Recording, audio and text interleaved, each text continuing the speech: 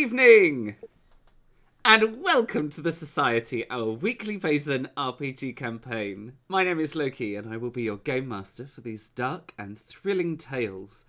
It is with great pleasure that I welcome you to this, our fifth episode of a chapter that, as I've now forgotten, because I clearly am having a really good day. I hope that we delight, fright, and intrigue you with mystery and adventure.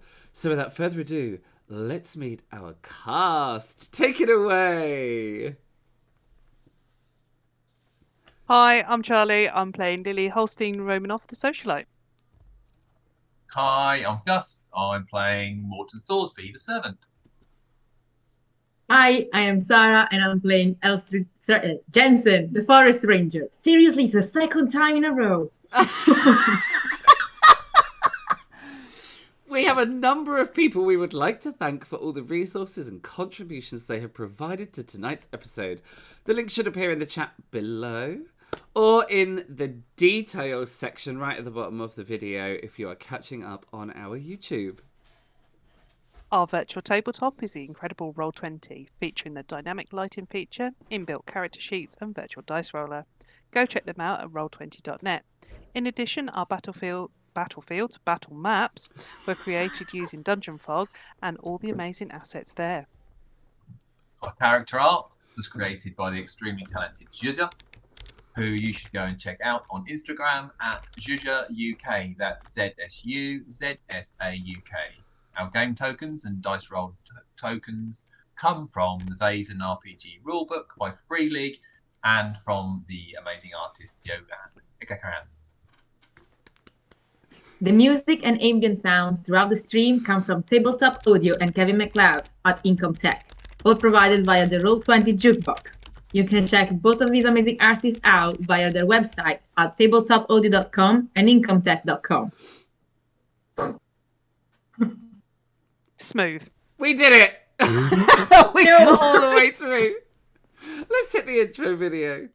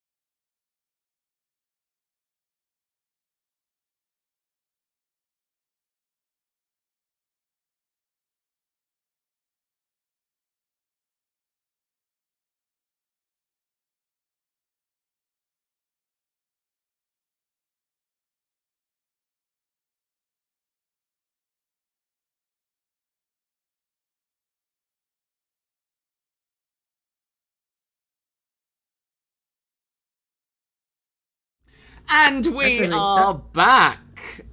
after the intro video, it's not an episode of the Society without there being technical issues. And apparently, I am over here like some sort of masked crusader trying to fix several of them all at once. But anyway, let's get on. A quick recap from last session as to what is going on. Our brave souls are investigating the Rosenburger Mansion.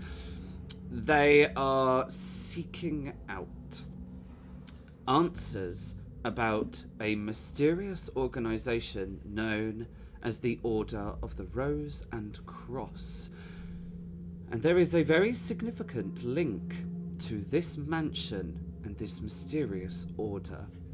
Having faced off against a grim that protects the property and discovering the resident ghost within the mansion, our brave souls find themselves in the basement, exploring the depths of the house, when there is a strange sound from the floor above.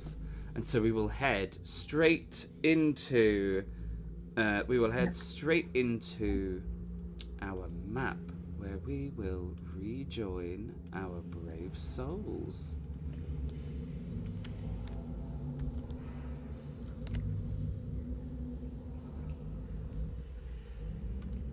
Oh, I forgot I was carrying a candle.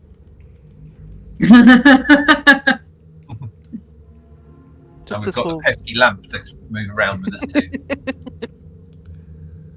It just wait did for roll not 20 give to- us any trouble. Never.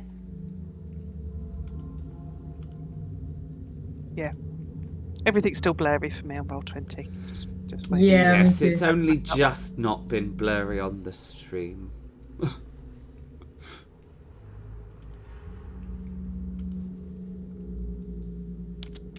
I can see the dust motes. Still blurry, but We have dust! Yay! we got the dust. That's as far as it goes.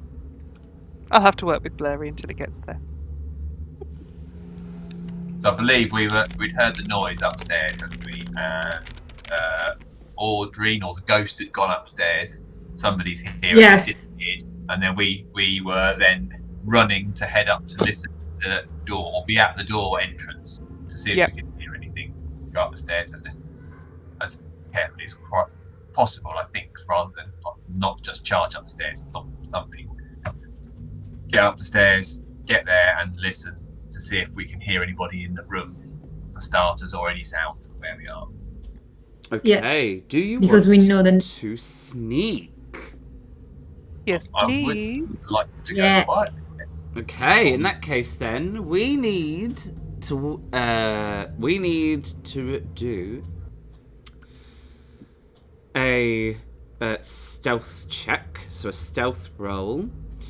However, Yeah. in Vaesen, it is the person with the lowest number of dice that rolls for the whole team. Oh, good. I have 6. 3. I have 2 in total. Oh, well, there we go. That solves that one. Oh, you've had yeah. to help! Woo! Oh, good, because I've got 2 in total, and I've got some conditions, so that wouldn't be very many. So a help, that would be good. Double hell? Can we have a double hell? No, we only do one at a time. Them the rules. Them the rules. But we can stack them. Quite happy to stack helps. Yeah. Away we go.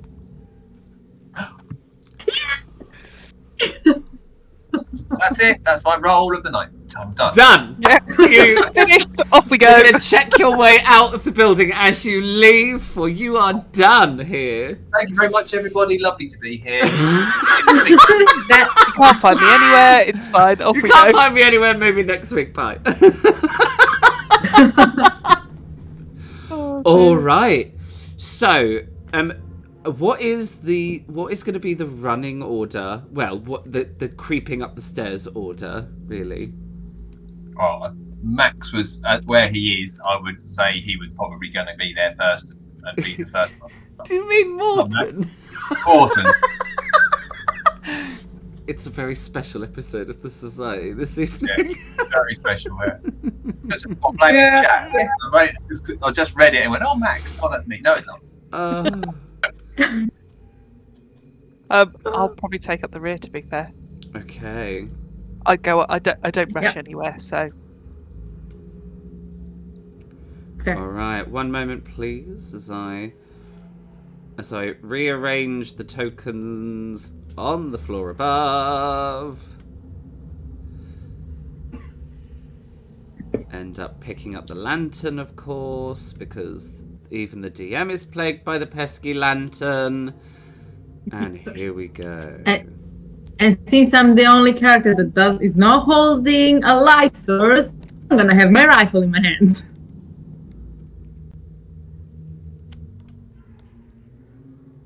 Voila.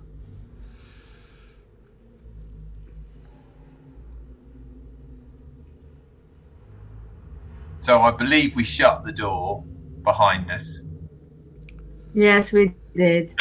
and I would like to listen at that shut door to see if there's any other noises that we hear Okay. before we move any further.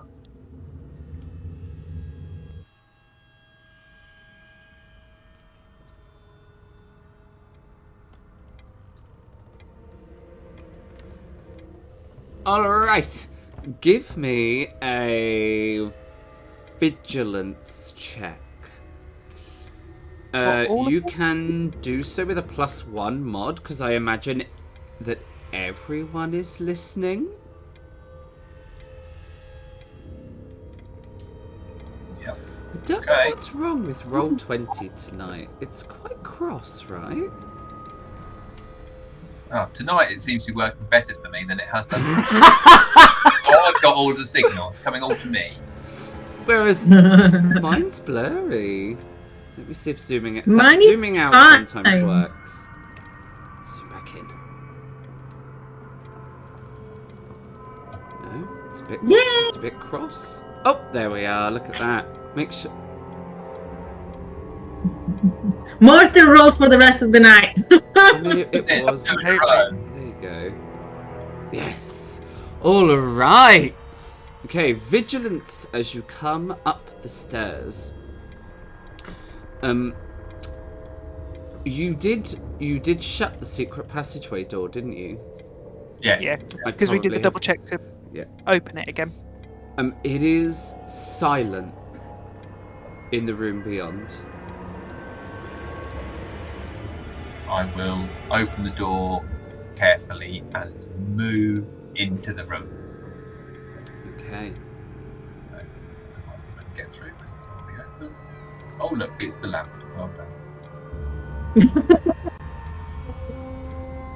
I suspect. Oh no, because we were using the lamp around the building, weren't we?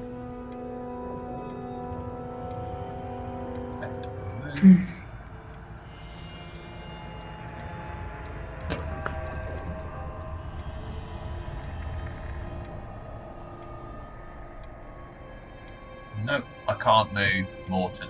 That is probably because Morton is... I'll move the lantern first, because even the DM has lantern issues, and then I will move you. There you go. You were probably inside the wall. Yeah. Good hiding place. Yeah, perfect. Very neatly quiet.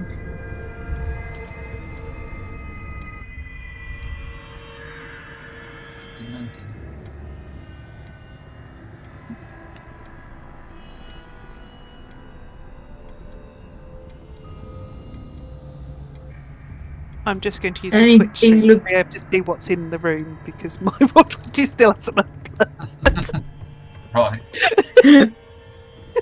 just flick through the two, it'll be fine. I don't know why it took ages for my one to be in focus as well, rather than, like it had taken its glasses off. Yep, Does no, anything still look move? Ooh, no. This room looks completely undisturbed from the last time you saw it. Okay. I would like to The shut the Need to shut Yeah. the secret door behind us Okay. Close it. because we're not sure anybody's been down there. So whoever this might be might Also- not know anything about it. We don't want them to find out, do we? Also, the sound we heard was something like crashing to the floor. Yeah. And the room we were in was it right behind this, right below this one, or to the side? As in, like, did we hear right, something? You're right below you. Right below. Okay, we Yeah. were right below. So the sound was here. Well, it could have been here, I suppose, near to here. Because we know that there is the room kind of next to this one. It's the one with the table and the markings and the orb. yes, it is, isn't it? But we've not been upstairs. But there's more rooms upstairs, isn't there? There Could is. we But have Would Yeah. we have Noise. heard a crash to the floor? Would we have heard a crash to the floor 1 floor of distance, though? Might have heard something, but don't know. I think we just need to keep moving through carefully. Same principle. Listen at the door, carefully out, back the way we came, and keep an eye out and an ear out for any other noises. Yeah. That's all we can do, really. And try and find out who might be here, and then maybe try and subdue them and find out what they're doing and if they know anything. Yeah. Before the ghost kills them. Yeah, That's because the same principle we're again at this assuming. point. Yeah, sorry. No, because like we know that there is somebody living here. We know that because they told us. She told us. So there's somebody still living here. And that we found Possibly the person that's. the new. Yeah. fountain pen. Yeah. Fair.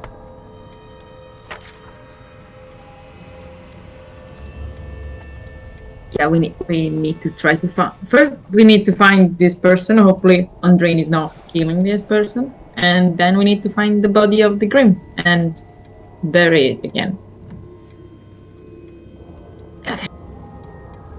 Sounds like a plan. Okay. Let's move on. Next room. Yep. Yep.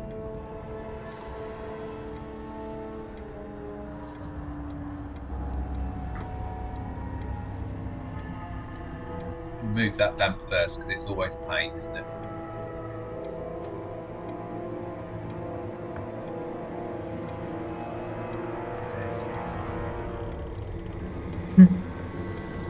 It won't let me go through the door. Oh, yes. Because it's.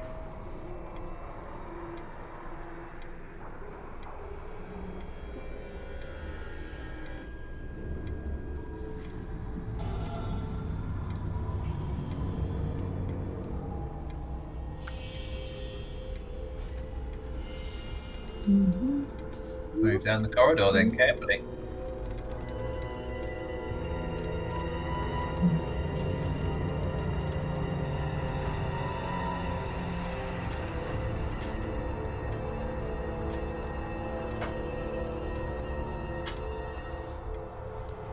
Do we hear any sound coming from around No. here? Like. The house is quiet as a grave. In fact, No. the house feels almost a little too quiet.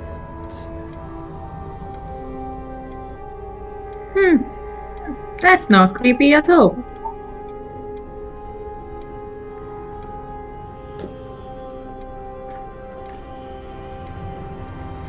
And we don't see any like blue light from Audrine underneath doors or anything like that. No, nothing like that at all. I I don't know if the blue light would appear underneath doors, to be fair. I don't know if they've got a crack at the bottom or anything. Fair. Do we go back in in this door? Well, it sounded like Should we? it was coming from here, so yeah. Could try and Okay. crack it open and peer around. Is I'm gonna stay like on this side and rifle at the ready. ready? That's what I was about to say. I'll open the door. You have your rifle ready. So Yeah. I shall open the door. The shadowy silhouettes of the room beyond flicker gently in the lantern light. But nothing moves in the shadows.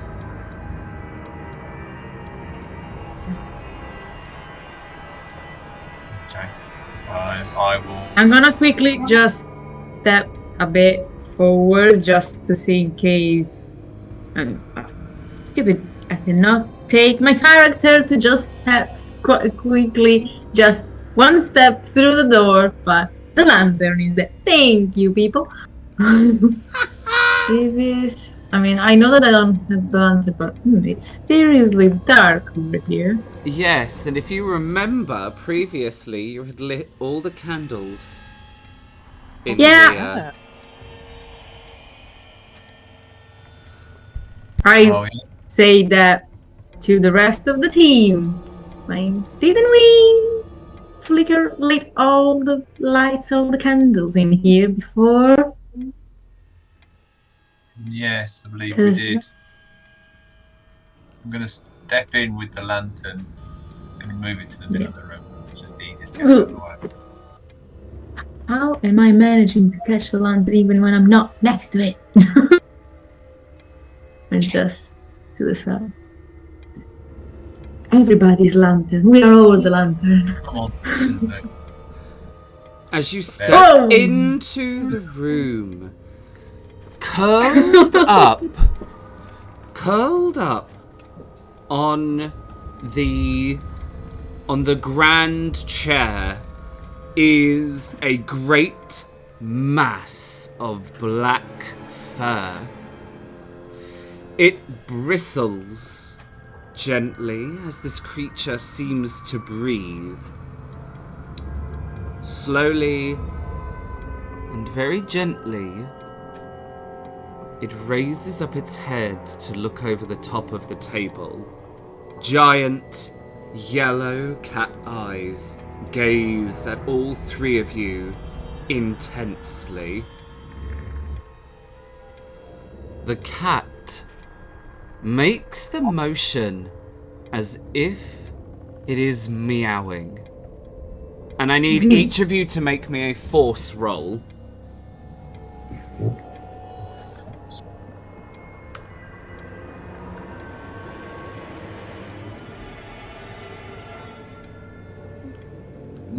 Shit. Oh dear. There goes all of our good rolls. Alright, lovely. The cat makes the motion as if it is meowing, but no sound comes from the cat.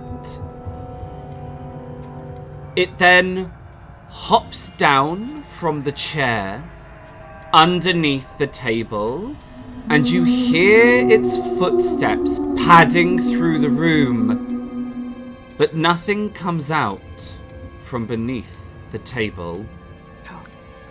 Whoops.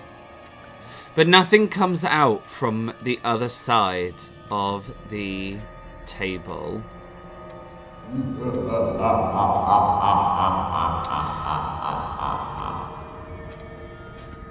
The room is unnaturally quiet. Is it sort of like the same feeling of where, like, Andrine was trying to tell us the name and there was no sound? It's difficult to tell, but Elstrid, like, the silence of this Yeah. room is almost oppressive.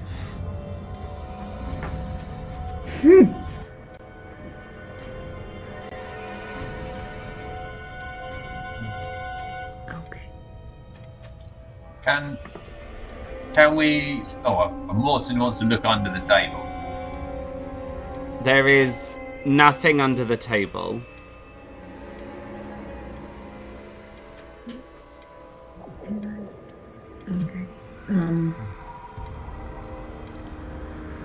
We search I'm this gonna room. turn to. Yeah.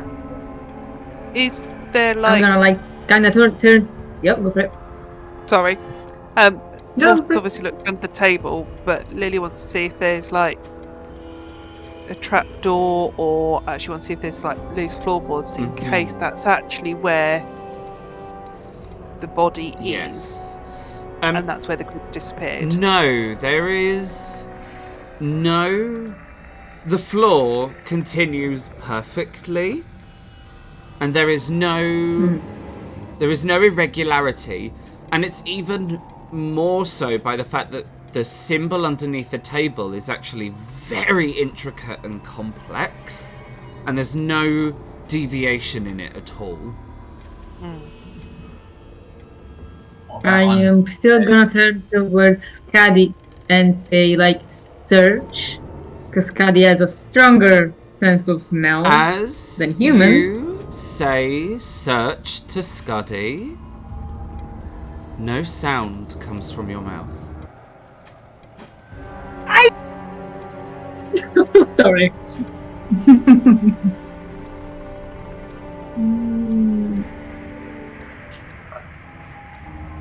And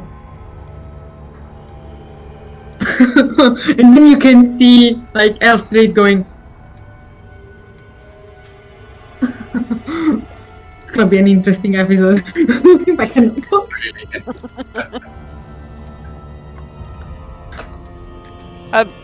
Seeing Elstrade sort of gesture, I turn to her and say, "What?" And again, no sound comes from your mouth either, Lily. And Morton will say, I can't hear you. Morton, What? you too have been affected by the curse of muteness. All three of you have been affected by the Grimm's curse and are unable to speak. Luckily, we're not wizards. Brilliant. Okay. After trying to make some sound and sort of clocking none of us can speak,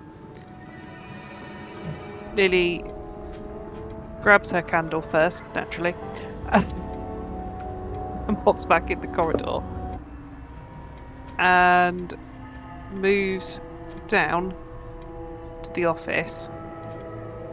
Oh, I could squeeze in. Excellent. And I grab some of the headed paper that I know's lurking on here and a couple of the fountain pens, the special pre-dunked fountain pens. Uh-huh. And I grab them and I take them back out.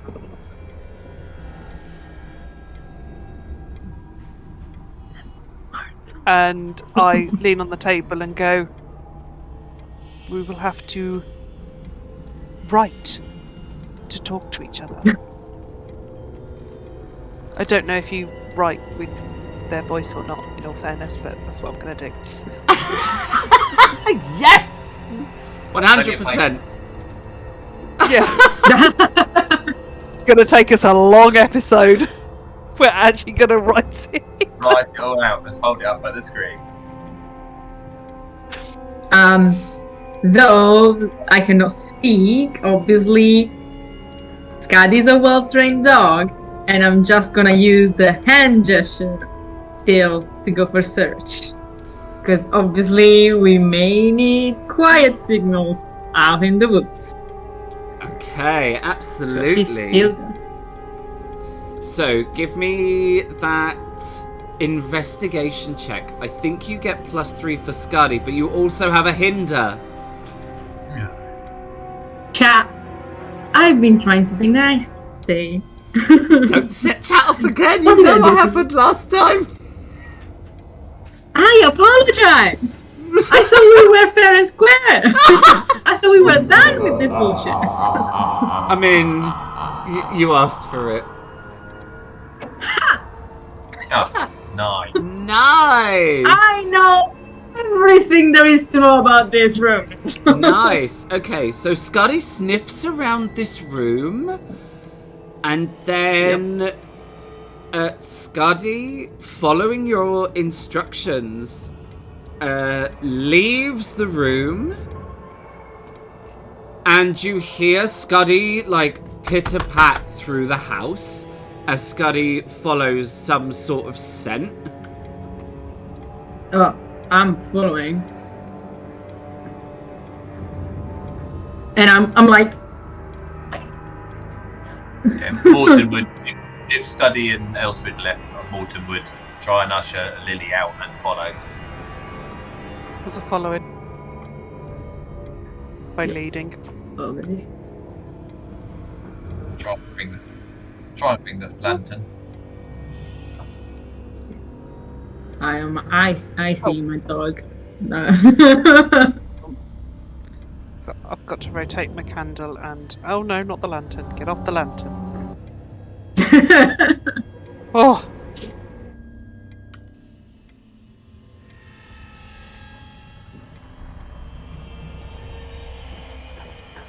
Where is it?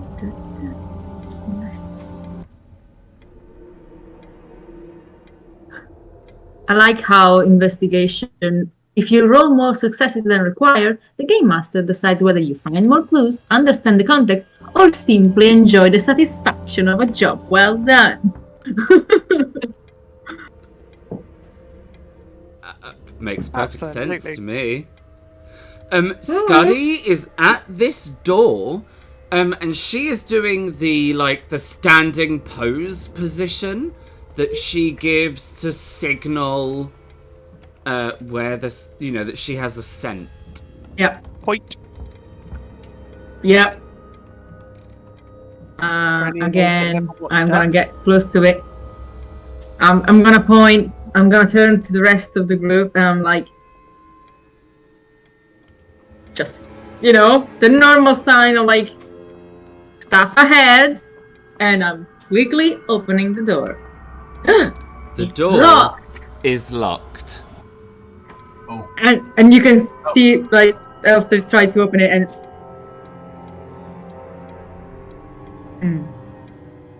we had a key. Was that different? Oh You did? yes, we We found the key Yes. in the opposite room. Yeah, Yeah, found a key I don't remember and you- just left it. No, I think one of you got it. I think Morton picked it up because Lily doesn't deal with keys. Because I did not try to find. I asked about the drawer and who it had a keyhole. I'm going to put out Yeah. the key and take it to the door or pass it forwards and Yep. unlock. Okay. So you give me the key, or do you want to try to open it? Yep. Sorry, I didn't hear you. It just went very quiet for me from you, Oh, so I don't know what you said. He said he hands it sort of down the line to you. Okay. Yeah, I hand you the key. Sorry. Okay. No, that's fine. Okay, I'll try to see if the key fits whatever keyhole is on this door, if there is a key. Okay, it does fit. Okay, then I open it. Oh, hello outdoors. The And door leads out Oh. to a Yep. well-tended garden with stairs that descend down to a patio surrounded by verdant plants and strange religious statues. On either side, there are two. Nope. I took the candle by mistake. My bad. There are on either side of this garden. There are two rather mysterious-looking buildings. Yep.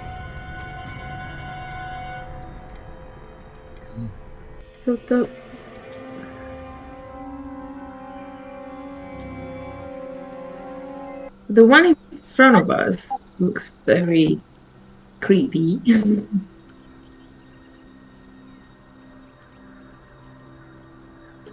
Where's Scardy gone now that we've come out. Oh yeah, like, is she moving away from me? Is she going somewhere specific? Oh, she just comes out with you, and then Yeah. seemingly she has lost the scent, maybe? Fair. Outdoors.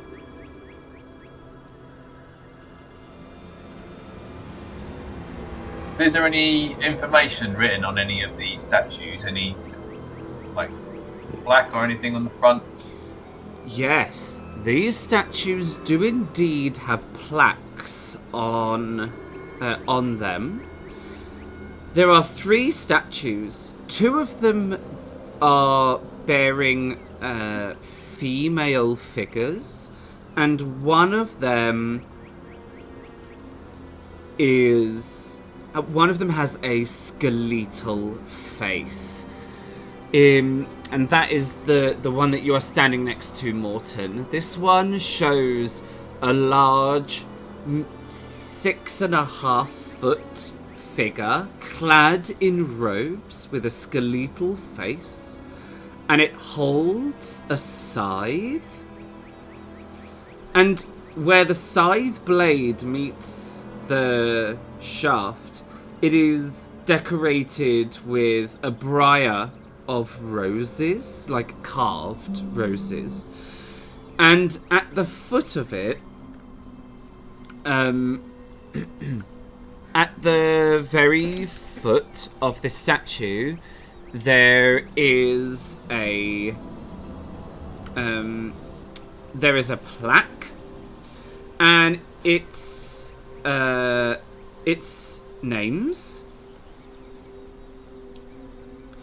and it shows the name Antero Rosenburger.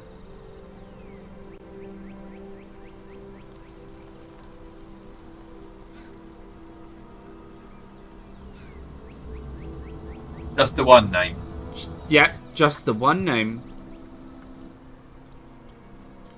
Oh, well, I will get everyone's attention by kind of tapping them on the shoulder if they are not already looking, and then point to what it says on them. And there's nothing on the other 2. Yes, there is. There's a plaque on the other 2 as well. One of them says Miriam Rosenburger, and the other one says Eleonora Rosenburger. One of them is a figure clad in a long flowing dress who has thrown herself across an altar and seems to be weeping into her arms on this altar. The other figure is clad in a robe that comes all the way up and has a hood, and this statue is holding a small harp. Both of the female statues have wings sprouting from the backs of them so that they take on the visage of angels. The male figure, on the other hand, feels a lot more sinister. From the other place.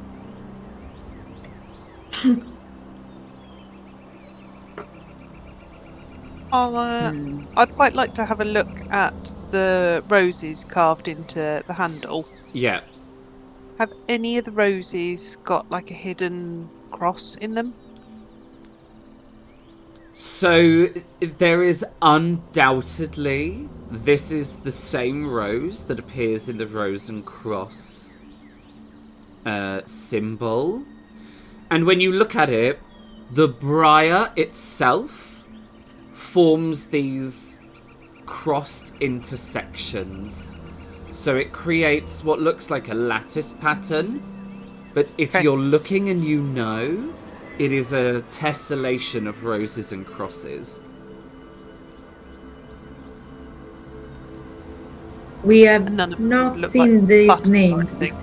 No, none of them look like buttons, no. What was that, Elstrid? We haven't heard these names before. They weren't on any of the writing we saw so far. No. And there's no dates on them either, is there? No, there's no dates.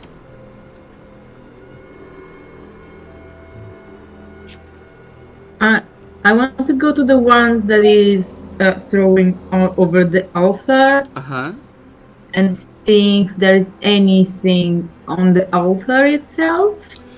No, the altar... Does it look like... Yeah. The altar is plain. It's like a completely plain altar, but undeniably it has the form and shape of an altar that you would find in a church. Yep.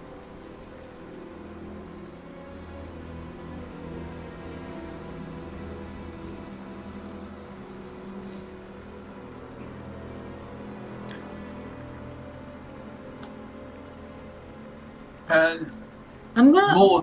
Yep. I was gonna... Morton wants to come over to the same statue, and if it looks like it might be a church, he would like to investigate around the statue to see if there is any evidence that it could move or be opened. Thinking being that we talked about the Grim, and Grims are normally in churchyards or near churches, so the association with the church makes him sort of think that maybe, and her being upset, maybe the cat is something to do with her, or dead and a burial for that. So that's what I'm going to try and see if I can... Yeah. For sure. No. This is a completely solid carving.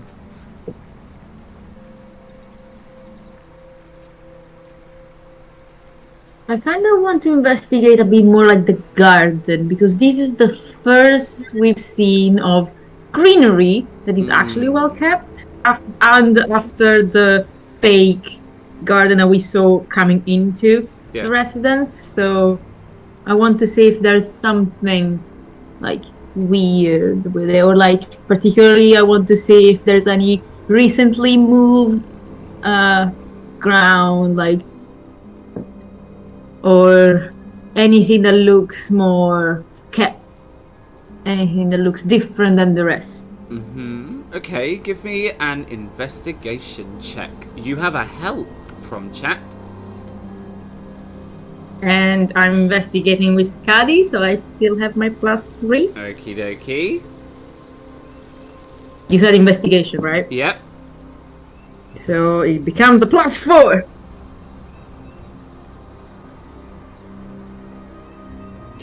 Nice. This garden is well tended, and it is tended regularly. Someone is coming out here, trimming the bushes, keeping the roses, pulling up the weeds. There's not a single weed in any of the paving stones or slabs. They're also clean, so someone is coming in here. There is a little bit of ivy around the statues, but it looks well positioned, almost curated. And so someone is obviously tending to those as well. The statues are also clean. The two buildings on either side, they look a little bit more like they are taking some of the weather, but there aren't any leaves, there's no debris, there's no moss, there's no nothing. Someone is coming into this garden and tending it. Okay, if I'm not mistaken, the statue that was on the outside of the house on the other side where we were coming in didn't have eyes? or something? Yes, it was crying. There weren't any like eyeballs in the sockets, and that's where the water like Yeah. welled out of it like a water feature. Do these statues have ocular? From what I can see, because obviously one I think is thrown over the altar, so I guess it doesn't possibly show as much. Yeah. Okay, so the one that's thrown over the altar has her Yep. face like buried in her arm. Yeah. So you're not able to tell. The one who is playing the harp does have eyes. I And the totally figure with the heard you sigh- before. I totally wrote holding a small heart, not a heart. Oh, harp, like a little with strings. Yeah, these two. I was, The the the statue, the more masculine statue with the scythe does not have eyeballs because it is almost just a skeleton. It's like a skull in this robe.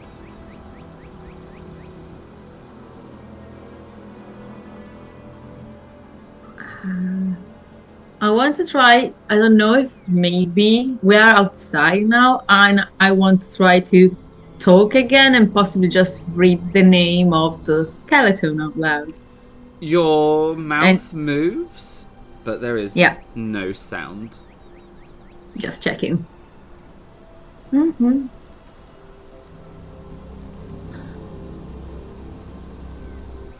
Doesn't look like there's a shed or anything where like No.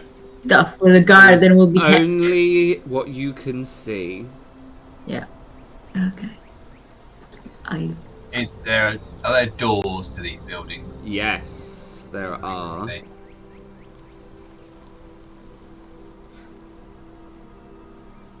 Oh, Morton's closer to the one on the left, so I think he's going to go and investigate the door of this building.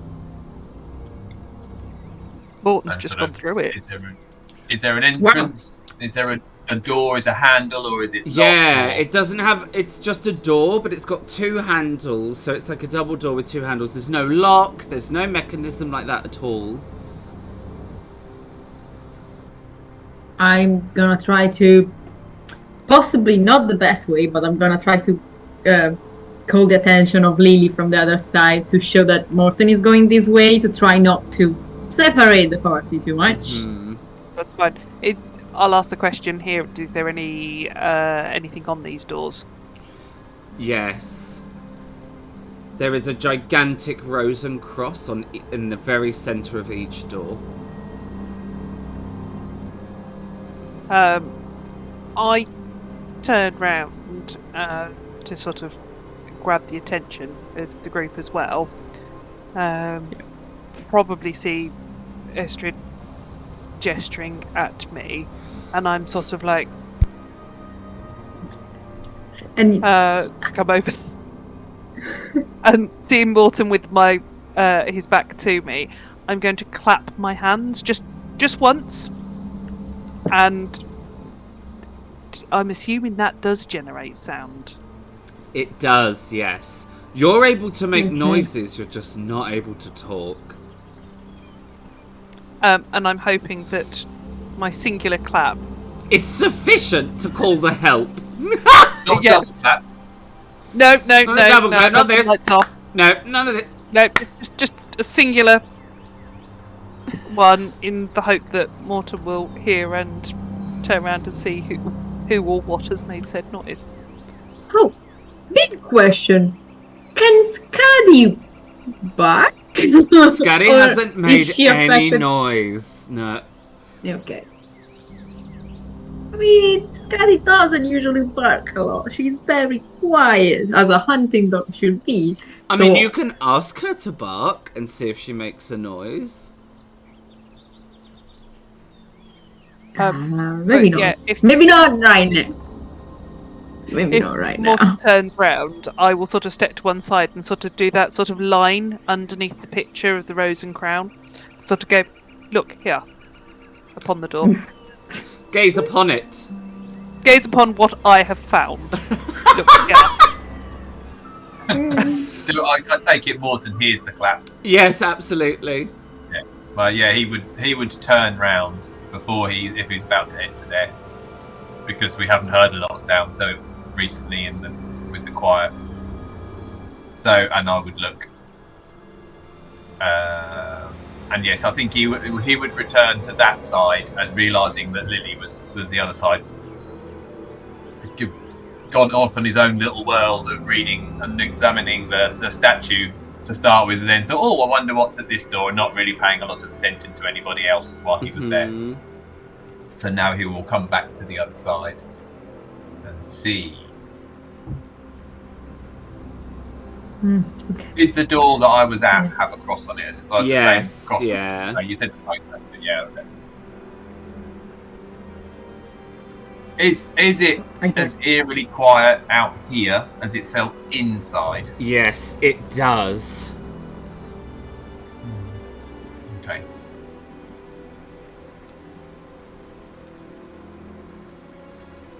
Well, since we were going to leave all our lights on the side of the door, I'm gonna keep the candle with me.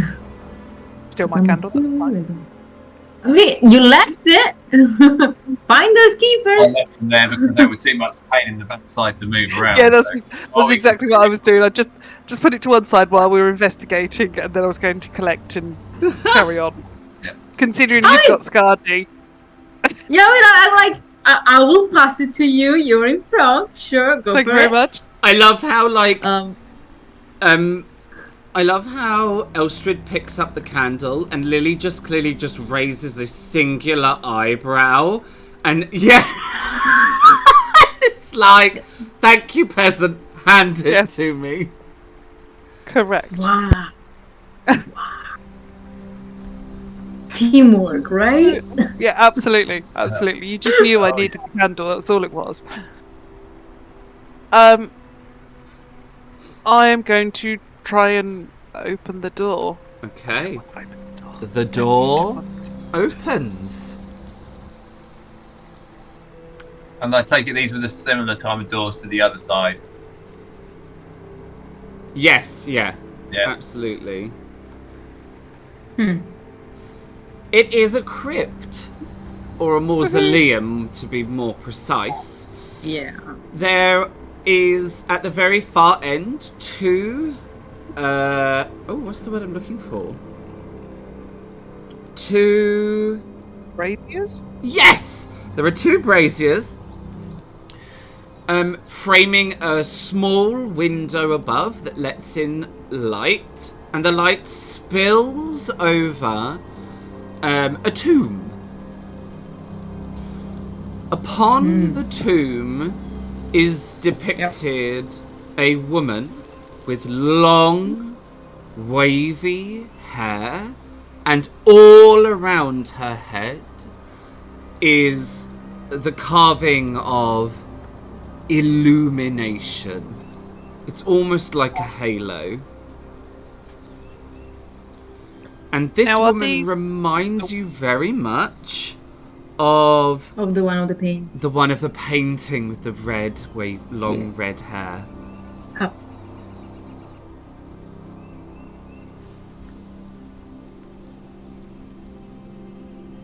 Was it the one? She was in the battlefield one, wasn't she? Battle, yeah.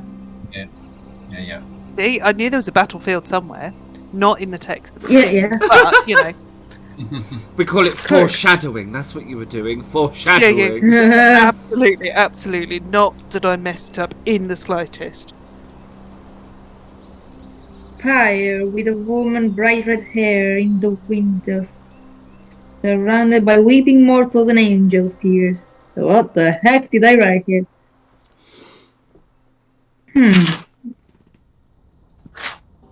Okay.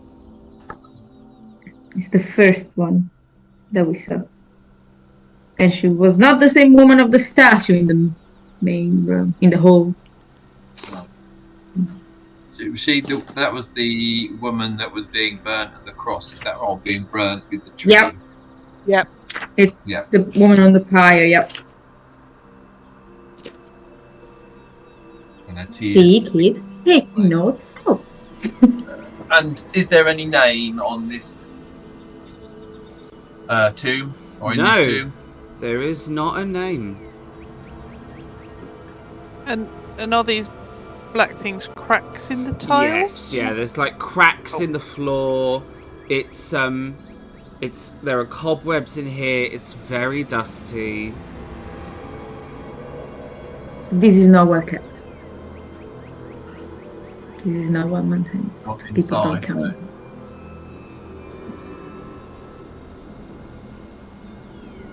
Is there anything in the braziers? Yeah, they there's been- like the remains of fire. So there's like charred, like wood fragments and ash. They're not warm though, are they? No, they're cold. Can we move them at all? Yes, the braziers will move. And I'd like to shift them and have a look underneath them and around where they are placed to see if there's anything that goes down or. Other than a lot of cobwebs, there's nothing. There's nothing around the braziers. As I look round the tomb, I don't see any loose panels or anything like that. No, and oddly, the inside is very austere. There's no decorations on any of the walls or the ceiling.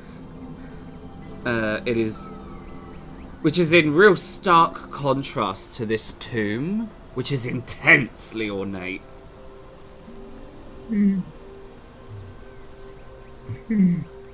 Looking out of the window, where the light's coming in, can you actually see the outside? No, the window is more like, it's almost like an oculus. It's like a really small, sensibly positioned hole up fairly high, and it is allowing light to spill down, and it gives the tomb an almost glowing effect in the dim light of the mausoleum. And on her face, does she look like she's crying? No, she doesn't. She has a very confident expression.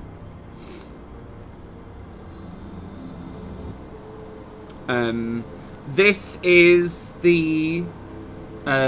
actually the figure from the painting who was being burnt alive, like burnt at the stake. Yep. Which is where I'd got the notes that she was crying and putting the fire out with her tears. So I wondered if she was still crying here. No, she is not. Yep. Here she looks very confident, and she has like this luminary sculpture around her head, giving her. It's very Halo-esque. And you confirm that this is not the same woman of the statue in the main hall? No, that is a different woman. Yeah, just to confirm it. Statue 1 is a different woman from Tomb 2. Yeah. But she's the same of painting 1. Lily's going to sigh in frustration. I mean, muted. Absolutely. Does the Morton will go round the tomb? Does it look like we can move the top, get into it at all? I mean, yes. I was Open it if I I was want. thinking Yes. you don't want to though, right? Okay. Rifle at the ready again.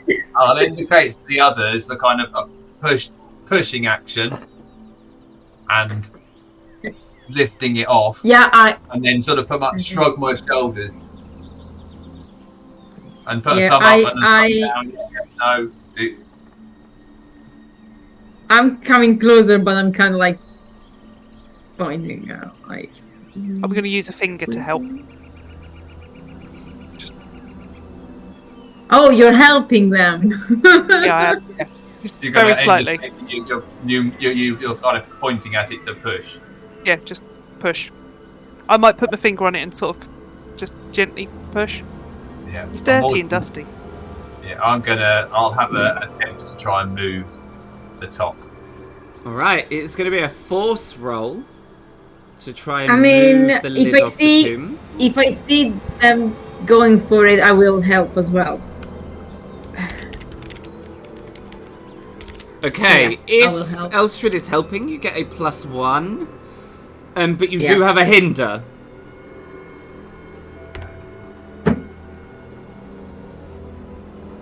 Let's just Right. Okay. standard roll then. Force roll. So I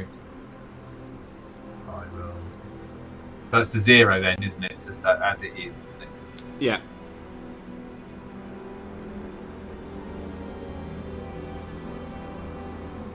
Yeah. Yeah! I mean, I don't know if I want to say yay, actually. Yes. Yeah. I said, Okay. Yeah, good call.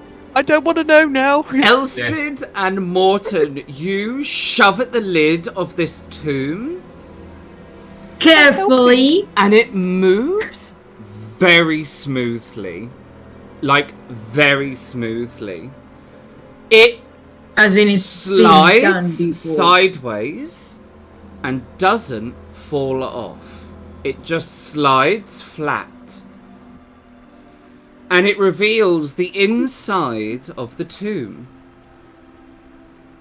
A set of stairs that descends into the darkness. Okay, people, that was a good shot. Only we couldn't shout. Pun Hear intended. that? Pun not intended. I don't know. Well, down we go. I'll Hmm. more than to take the lantern and proceed down the stairs. Alright, what is the walking order? Morton's at the I'm front. going right behind him with the rifle. Leaves me at I the don't rear know then. if maybe we should. What? But before we go down, actually, Morton's going to see if have a look up there, either underside of the lid or just inside the door, to see if there's any way we can open it from the inside easily. Uh-huh. If I go The down bottom of the tomb lid, it's on some kind of track, which is what has allowed it to slide away without falling. But there is no... It's completely smooth on the underside.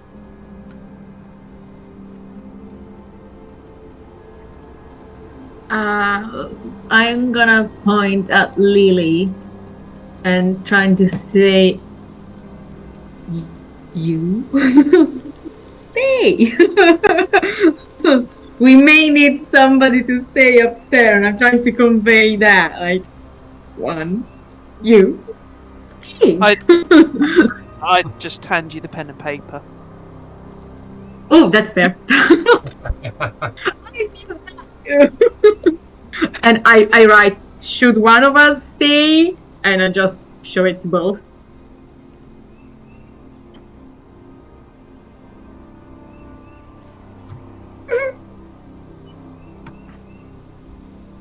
Oh, that's a good question. I don't know the answer. Morton will put his hand out with the pen and the paper. Yep. I'll take it and I shall write. I think we should stay together. It moved quite easily. I think we can get it. I'll take the paper and I'll write on it. Why don't we just leave it open? GM, question for the world that we're living in. How known are horror movies by now? They don't exist. Horror novels do, but movies have yet to be invented. I am sorry. Moving pictures, I should have said. Like, there's novels, but the whole kind of cinematography moving pictures is There'll yet be to be plays. involved. Yeah, but there's That's that's fair. very unusual. Like a horror play is not really a thing. Okay. Not in the way that you're thinking. Like a horror play. Yeah, no, A no. horror play is like, you know. I mean, I guess Faustus, maybe? Yeah, that kind of like. It would be more moral consequence horror. Yeah. Okay. Yeah, the only one that comes to mind is Faustus right now, and that's... Don't even know if it's in this world, because at this point, who knows what history has changed. Okay. Okay, do you all descend? Yes. Yeah, go Yeah. Okay.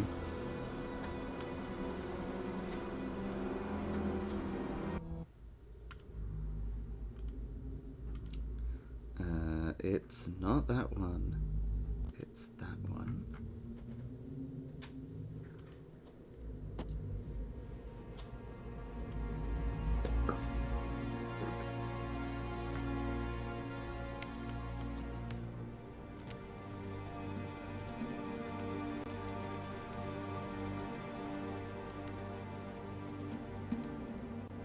You descend down the steps into the darkness. Yep.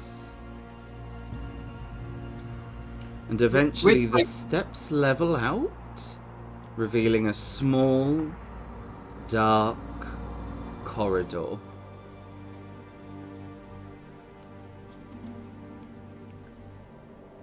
Which way did the steps go away from the tomb as we went down them? Did they come back on themselves, or did they just continue They away? went back on themselves. They did go back on themselves, okay. Just so getting a sort of Mhm. bearings of which way we were heading as under the house, Mm. or along the parallel to the house, or whatever. Okay. The flickering lamplight reaches out into the darkness, but is unable to defeat it. The corridor just stretches too far. Motes of dust gently drift in the lantern light.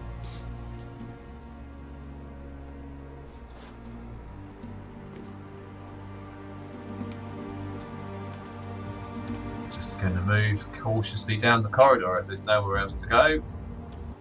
Yeah.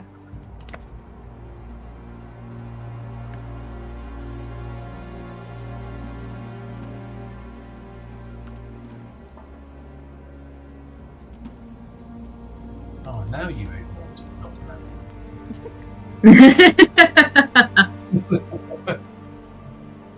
That's always...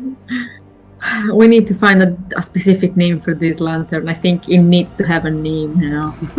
It's his own character. call it Jamie. Out of the darkness, a junction appears in the corridor.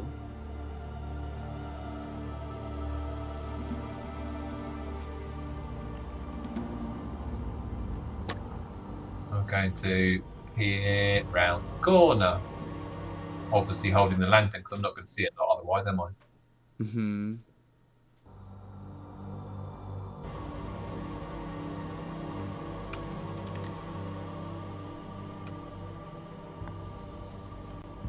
I can't see much down there. Nope. As an assumption, Morton's going to think he knows where he's going, so where the other tomb is. So he's going to want to go to the other, continue to the left to see if there's any stairs come down. Mm-hmm. There. Motion to the others to follow for now. Yep. Oh look, some stairs. Oh. It's fine. From the gloom appear a flight of stairs that go upwards.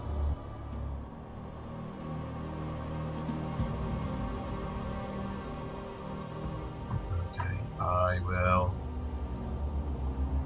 shrug my shoulders and just do a turn round and back the other way. Point. Okay. Or I mean, I will say that we kind of want to try to see, or up to see if there's another way out. I can quickly go. I point to myself and say, because I don't think right now we can write on pen and paper. Okay, I'll nod and let you take the lamp to go up to the top. Yeah, I will try to go up and try to see if I find kind of the same setup that we went down. You do. Only. And I try to open. You cannot open the lid of the tomb from the inside. I mean, it doesn't. That's great. Yeah, I'm very Italian, so I'm going. But I don't think that's a good sign here. So I'm like.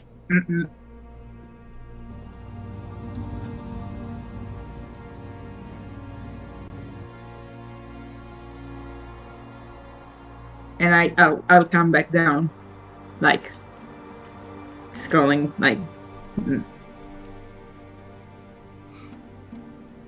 I think Morton would, if Morton realises that we can't get out that way, I think he would head back to the other stairs to go back out before we did anything else.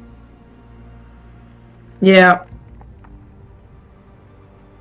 And sort of direct everybody to follow and go back to the outside, and I'd want to go and open the other door. I didn't shut it on the way in. Yeah, but I'd want to go to the other room. Go up to where we've got it left open, leaving this one open, and go out of the building with you following. Oh, I see. The other side, and in there and investigate that room and open the two before we come down. So we've got two exits. Yep. Potentially. Yep. That's what I agree. That's what I would do. I'm saying that to people. I'm going to go that way and motion for you to come with me and go all the way to the other two. Yep. To your deep concern and potentially rising fear, the tomb has slid shut while you have been down here, and you are now ostensibly trapped. Oh. Dun, Goody. dun. What a surprise. I mean, don't get me wrong. Kinda expected it. Yeah. I personally blame Roll20. Now, this door function on Roll20 is rubbish, isn't it? They just keep Yeah. closing, you know.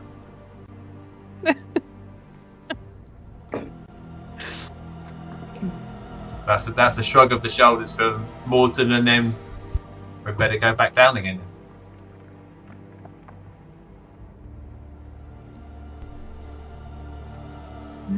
Only one way to go now.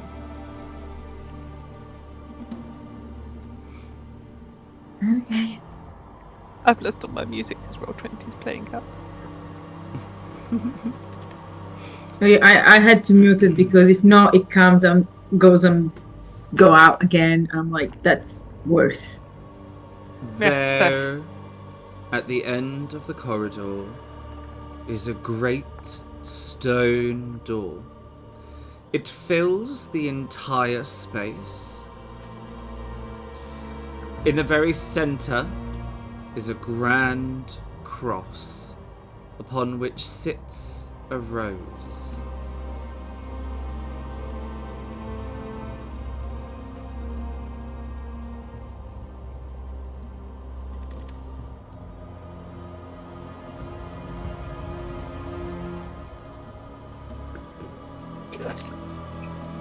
Is there a keyhole? Is there a keyhole? Nope, no keyhole.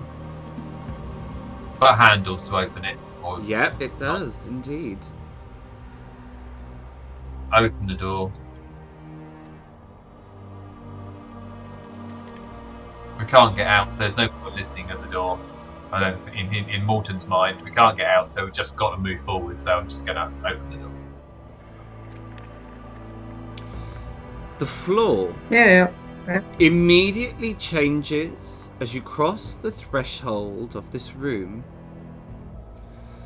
It becomes a polished and intensely beautiful stone Yeah. floor. This room smells different. As soon as you enter into it, the unmistakable smell of parchment, paper, books, and scrolls fills your nose.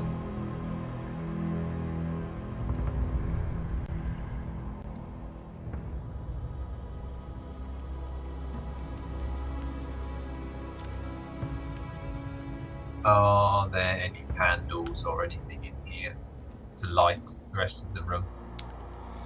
Oh. You see on, Lily, you would see that there is a very low table. It probably only comes up to just below your knee, and around it are a number of cushions. Yeah. In the very center, there is a globe. It is a glass, sort of bluey green glass orb, wrapped entirely in a sort of metal housing. And it has little legs, and it stands on the table. There are some books cast onto the table also next to it.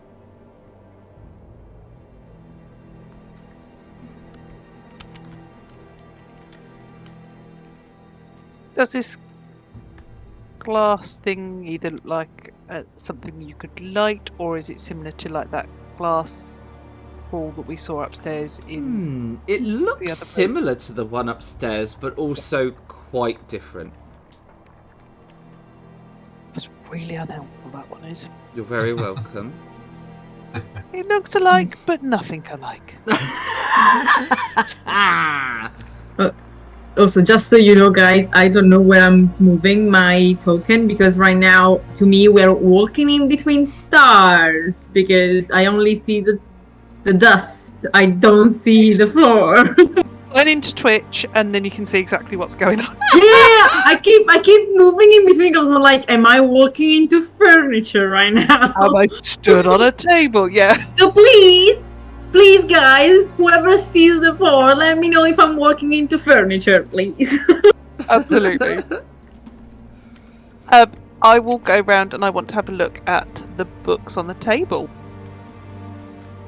All of them are occult in nature.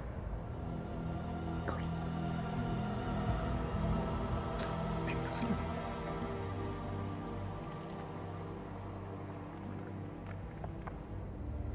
Nothing that jumps out at me though, barring it's just occult No, stuff. but they're like, it's a very noticeable difference from the library that was upstairs.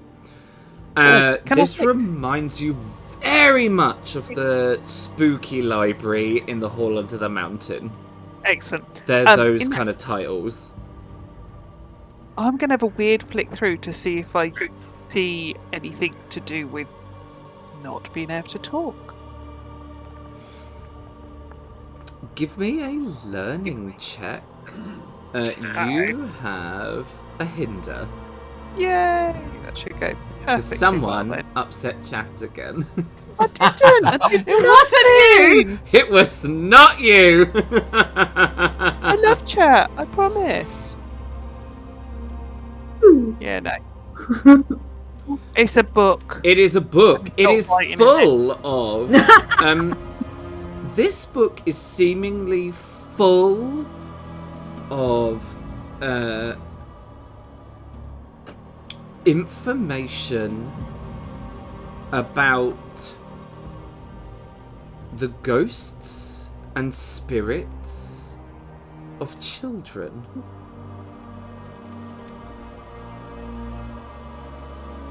That just raised the level of creepy.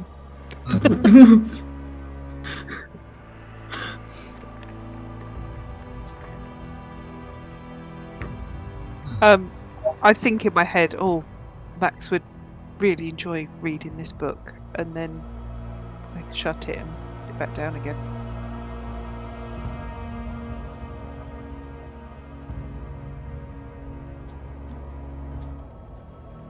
So,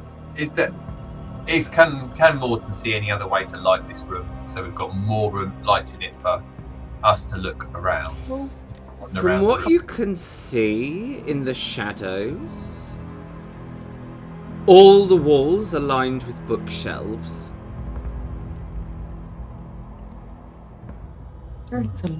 Okay, I finally see the room. I see a lot of tables and books. All the tables have. All the tables have that weird glass thingy.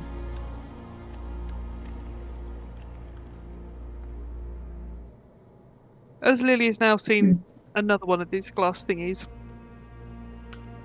can I see if I can open it or anything like that? See if there's a wick inside? Yeah, absolutely. As soon as you touch it, it illuminates from the inside, and it spills a gentle blue light into the room.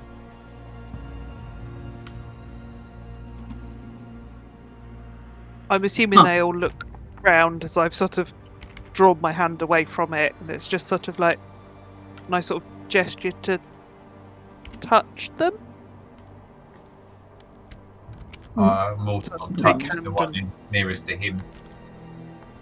It too illuminates from the inside. Is it blue light, you said? It is blue light. Like but not blue light that the... Undrine was emanating? No, it's not like quite the light the same. Okay. Go around I had a very...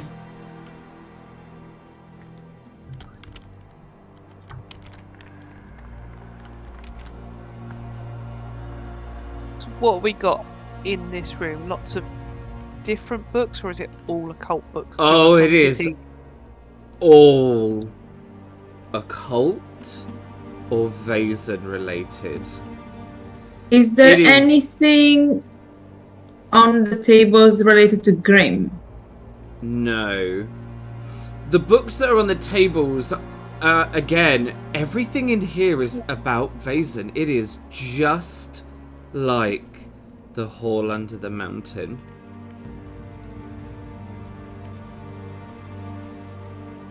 But more like the good library section of the days and stuff, not the weird or the weird. This library seems to be more of a combination of both. This isn't separated out. No, it is a mixture of both, just all muddled up together. Okay. Well, does there appear to be? I'm sorry. No, go for it. Okay, so does there appear to be any kind of ordering system on the shelves, alphabetical or groups of information together? Yes, it does seem like books are bundled together in a theme.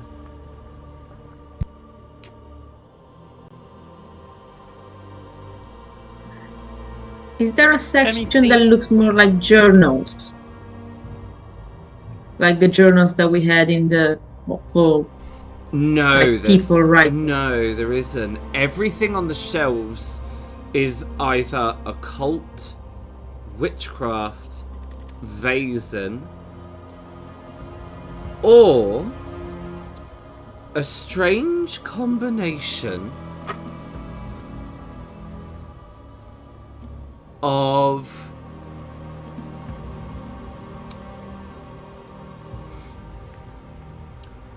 You notice several books that seem to be like hybrids between Christianity and this occult world. And when you notice them once, you start noticing them everywhere.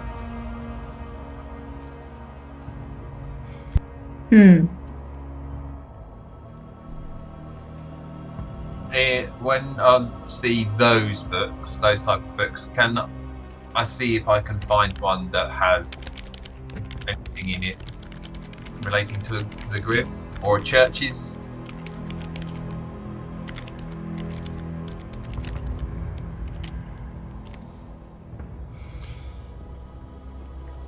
Yes, absolutely. You would be able to find several books on churches and church spirits and church Vaesen.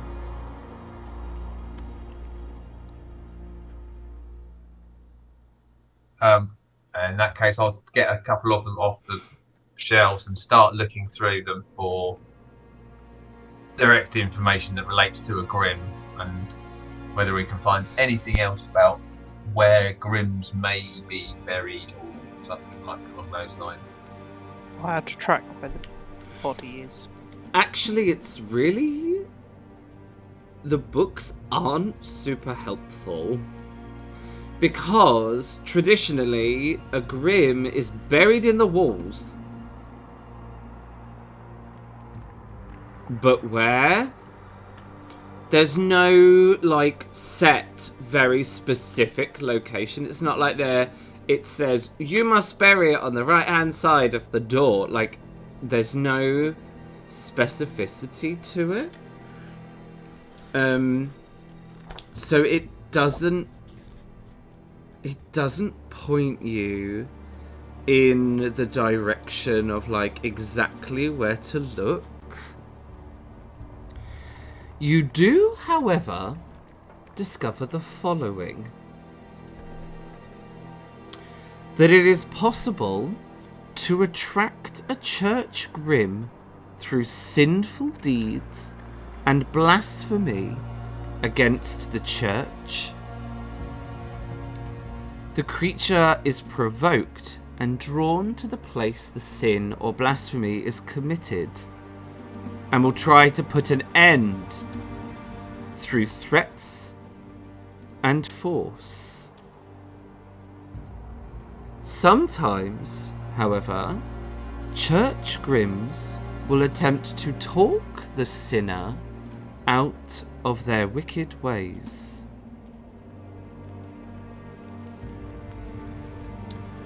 And there is a note, handwritten, at the bottom of this book, this page in this book, and it just says, useful in distracting a Grim.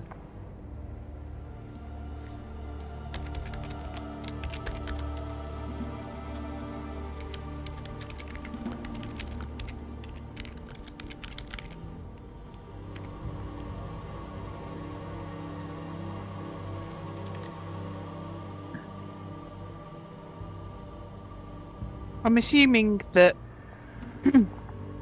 Grims don't ever really show where their bodies are to be released, as they're obviously a manifestation from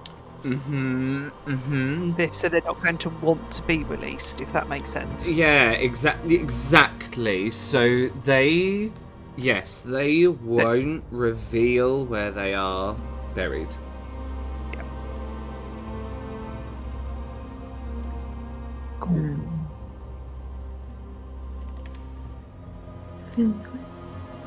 Okay. I think we knew that about the wall thing, then, didn't we, beforehand? We've been told that.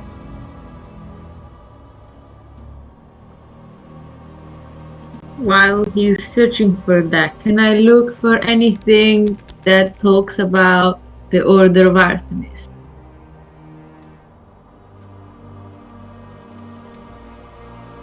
There is a very large section of this library devoted to the topic. Okay. I open what looks like the most recent one. It is a large, almost grimoire-looking book. Yeah. And it is entitled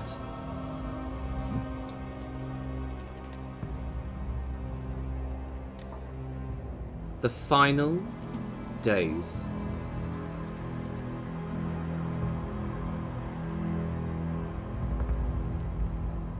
The inside of this book is handwritten. The whole book is handwritten. Is there a signature and a date?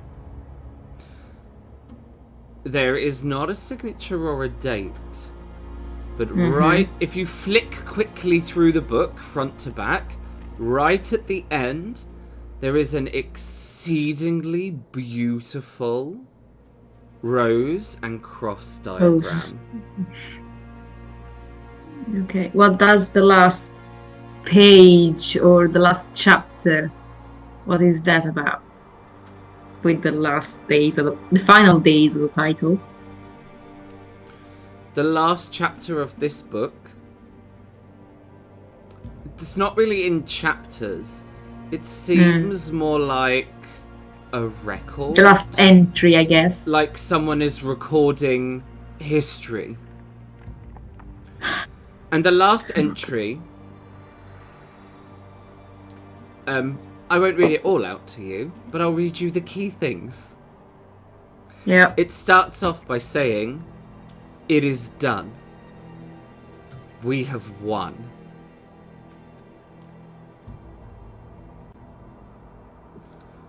Only a few of them remain, and we will find them one by one and snuff them out.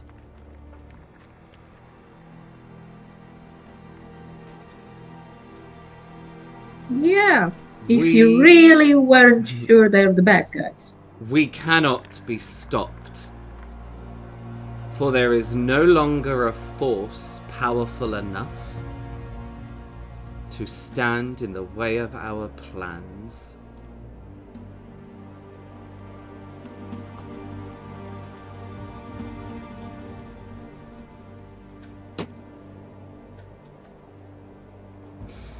Flicking through the book,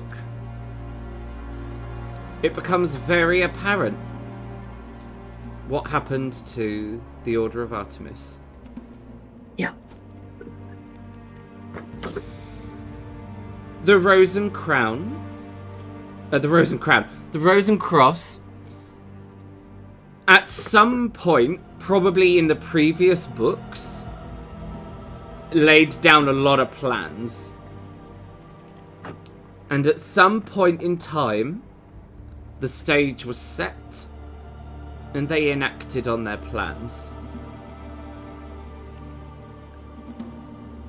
And they systematically hunted down and killed all the members of the Order of Artemis. Well, apparently not all of them, but enough. Yeah. Enough that the remaining members scattered to the wind and disappeared. Some of them are just assassinations, with information from within the Order itself, for they had fully infiltrated the Order. So they knew where people were going to be and just waited for them. A robbery gone wrong. An accidental fire. A tragic incident aboard a ship that disappeared. The list goes on and on. Some were done in groups.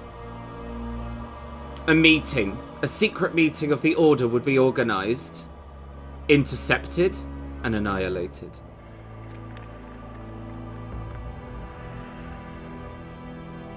Sometimes it was made to look like an accident. Something gone terribly awry. Other times it was made to look like murder. Some of them were done by hand. Others, not so much. As you start discovering a terrible truth. Yeah.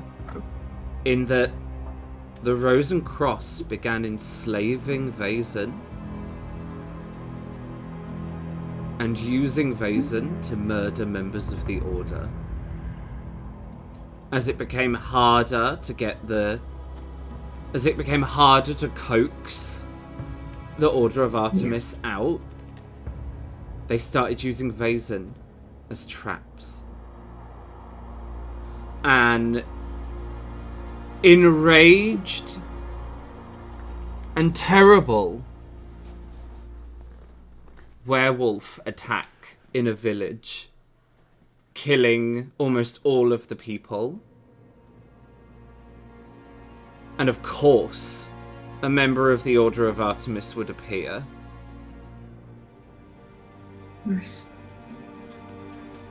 Injure them enough, and the werewolf can easily deal with the problem. And it's not just werewolves. Ghosts, lindworms, sea serpents. Yeah. And where there were members of the society that were Vaesen, they were dealt with.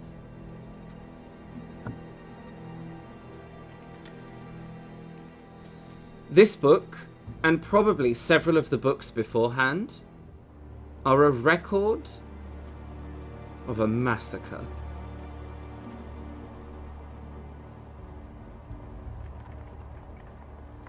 I'll take this book with me.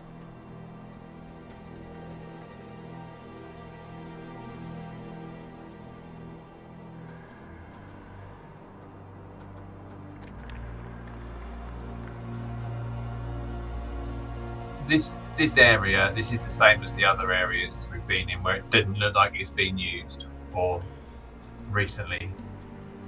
Yeah, it's the same. Bizarrely clean and tidy. And yet looks like no one's been here in a while. Yeah.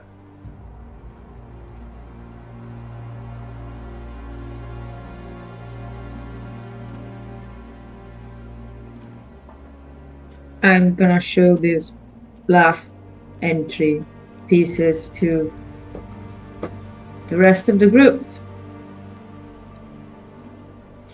And as our brave souls gather around this last entry, each of them reading it in silence,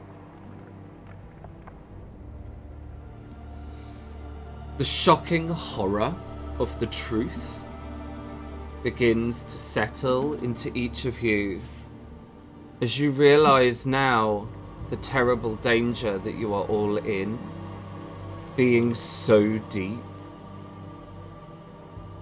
into the territory of an enemy you did not understand and now have become acutely aware.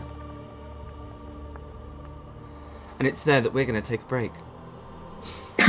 So we are going to head to a break.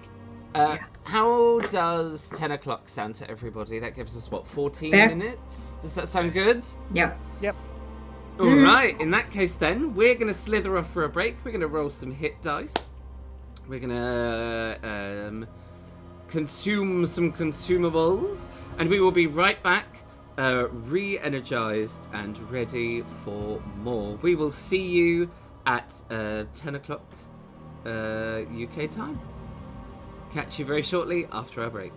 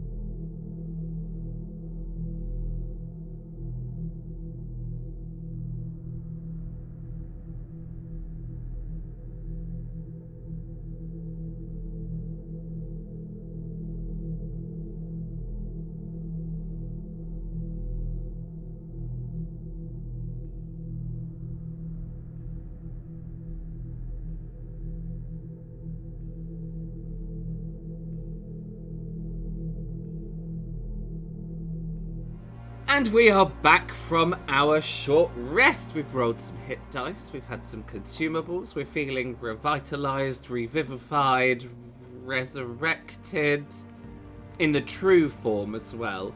Not having none of this half-resurrection shenanigans. And we are back. We're going to dive straight back in after our brave souls have discovered a rather horrifying truth about the Order of the Rose and Cross and what they are truly willing to do to get their way.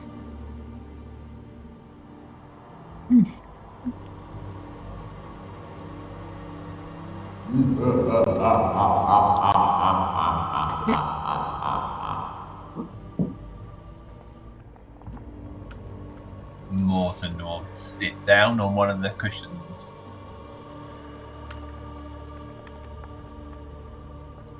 Just take a moment to think about what danger we are in and everybody is in. Lily turns around and says, horrifying, realising that still no sound comes out, and stamps her foot in frustration. Yeah. But she still can't speak. You can see Elstrad like holding the book, and you know it's books, so you shouldn't, but you can see sort of like kind of bending it a bit in her hands because it's very firm. I imagine you're like almost digging your nails into the leather. I mean, like sort of like, I wish I could break you. Yes, absolutely.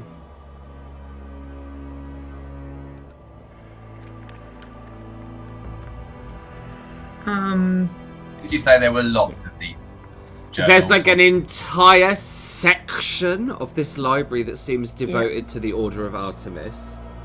And they're all this kind of journal about what's happened and how. Yes. I mean, they're all different sort of sizes. They have all kinds of titles in them. The titles do noticeably get a little bit the titles get a little more ominous the further along the collection you go. Right.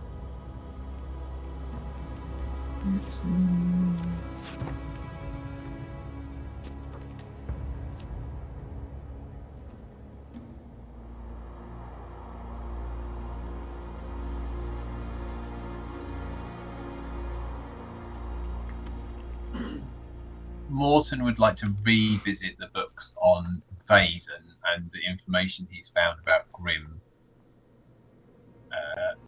Can I find any information about how you remove a curse of the Grimm, or any information about what they can do to people to make them like go quiet, and whether we can any way to stop it or reverse it? Yeah, absolutely.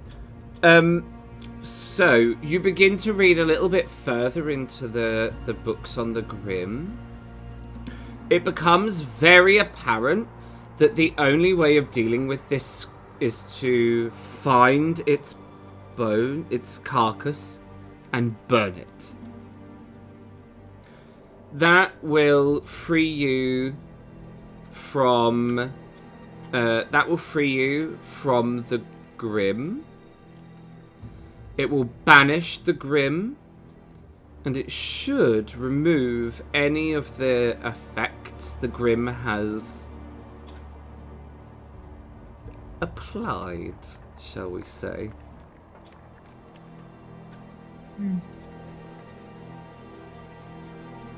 I will take the paper, write down. We must find the Grimm. We must burn it. And get up and look to move away from this room. Yeah. By heading towards the door. Yeah, exactly. Point towards the door that you haven't explored yet.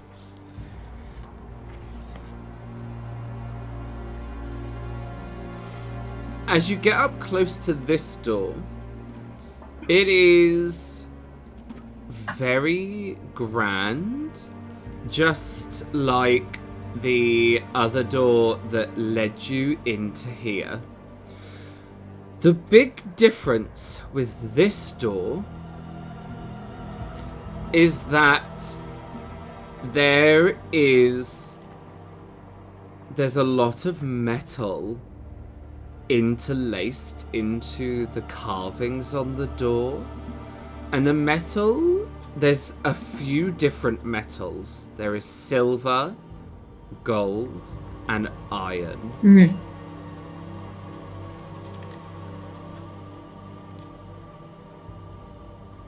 Mm. Is there anything writing? No, there's no writing on this door. Like, you know, do not open. No, there's nothing. there's a little sign, closed. Just hanging on a string. Or even better, back in 5 minutes. Just on lunch, back in 10. No, there's no writing or sign on this door at all. But the metal... Like Pandora's door. The metal is very noticeable. Mm. And is that metal in any particular... Does it look like it's in a particular pattern, or is it just... Yeah, it's been built into the design on this door in a very artistic way, but it is very noticeable, and it feels like it has meaning. I am gonna take, if we still have like a piece of paper and pen, and just quickly write, iron is used in Christianity to keep demons away.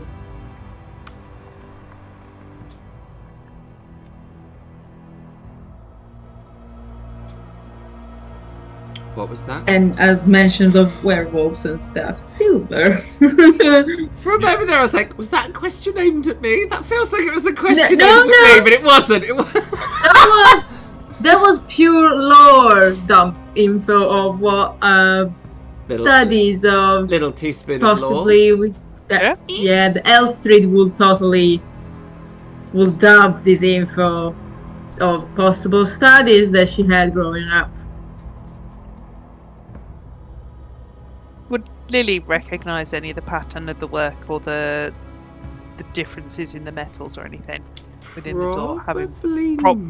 Probably not. I don't think Lily's read a lot about the occult, has she? No, I haven't, but I just wondered if there was something about it because she was in a catacombs, and naturally my family would have said catacombs and stuff like that. So this is very odd. Like, it's very unusual. And I think that's why it gives you the feeling it has purpose. Because it doesn't fit with any of the other doors. And why would you put something worth so much money down here? That's fine. I mean, my catacombs didn't have a cult library. I will be honest about that one. It didn't extend that far. Or a load of books about massacring people. Yeah, exactly. It didn't have that. It didn't quite go to that level. No. I mean, were they even catacombs at this point? Yeah. They were probably just full of dead people, like catacombs should be, not secret society headquarters. Yeah, and I certainly didn't get the maids to go down and tidy up particularly often because it wasn't necessary. Nothing really moved very often. Yeah. So, yeah.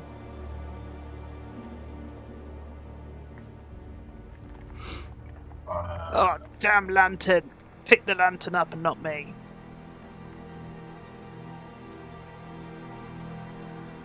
I want to try and open the door as Morton stands there staring at it and contemplating. So Morton's doing. Morton's you can almost see the cogs going off around in his head to think, is this a good idea or not?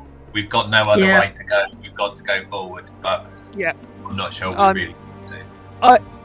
I've stared at it and have gone, yeah, it doesn't mean a lot to me. It obviously represents something. Time to move on. Lily doesn't hang around. which is not a good thing. Don't have time for this. And you can totally see, you know, rifle at the ready over here. It's my middle name, Elstrid Rifle at the Ready. No, is it a handle, push door? Just like the doors into the library, so it's just Perfect. looks like it will just push. Ooh. The room beyond is faintly lit by a strange, glowing symbol that stretches quite a significant distance into this room. From the door, you can see tables around the edges with bottles and flasks, ambles, pestles, mortars. This looks inordinately like a strange laboratory of sorts.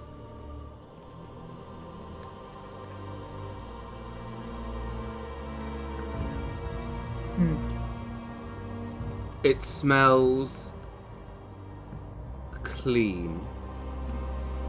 An almost uncomfortably acrid clean.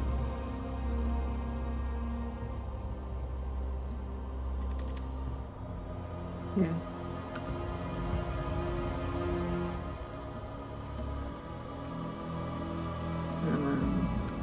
What's on these books that are open on this table? Lily! Well, I found everyone, really. Yeah. I'm gonna need... Everyone is going to need to give me a fear roll as Lily wanders over into the dark with a candle and illuminates what can only be described as maybe an autopsy table, upon which there is quite a large amount of dried blood and a lot of tools that would seemingly be have been used to cut something up on this table. All of you have got a hinder for your fear roll, so it's Excellent. either Empathy or logic. Empathy or logic. Okay. Oh. Whew. Oh.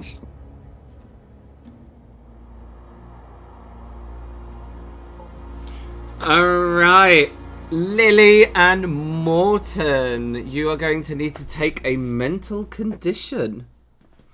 Oh, God. Elstrid, you're all right. You've you've butchered animals before for food. Exactly. Yeah.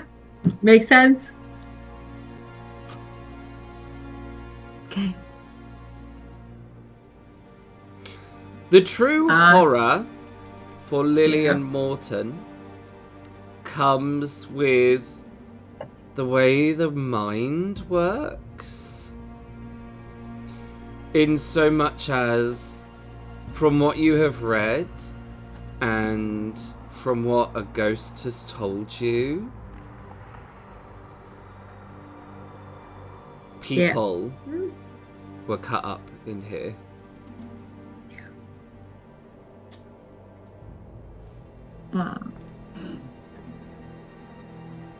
Getting closer to that table, how fresh is that blood? Not very, it's completely dried. Okay.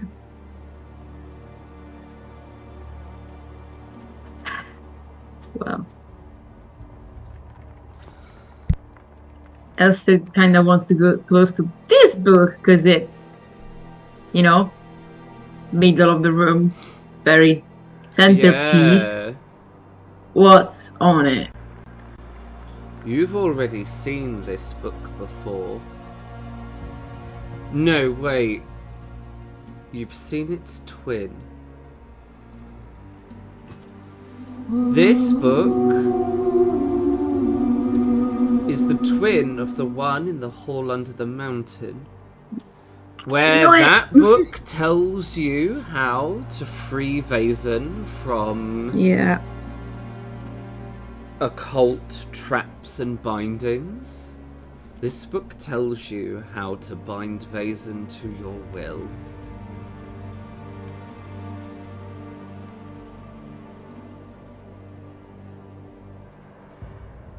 And I'm assuming what I see in front with that circle and runes and writing kinda is linked to what this book says. Yep. Yeah.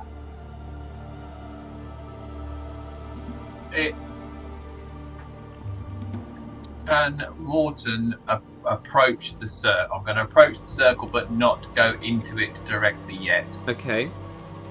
He just wants to stand on the edge and sort of push his arm into the area where it's glowing and just sort of gently feel the edge of it to see whether I get any feel of anything. Yeah, absolutely. When you kind of reach into the circle with your arm, it just feels the same. There's no weird sensation. There's no tingling. Nothing happens. Just feels the same. He will edge closer to. I take it that is like a bowl, a dish, or a bowl, or a vessel of some kind in the middle. It is a fairly large iron flask. I would like. Lily, you've seen one before, except the one that you saw was about hip flask size. This is identical, just bigger. And where had I seen this before? On the train. I was just going to say, I'm assuming it's the one that held the train. Held the Uh-huh. train? Oh yeah, a flask that holds a train. It's Et like those little voila! bottles that have a ship in it. This one had a train in it. No, not quite. Oh dear.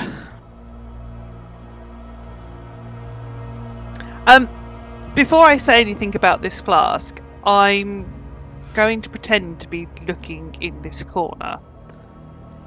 And after having seen that table with the dried blood, realising that it's had human remains cut up on it and stuff like that, I want to put my hand in my pocket, in one of my concealed pockets naturally, and I want to hold my memento.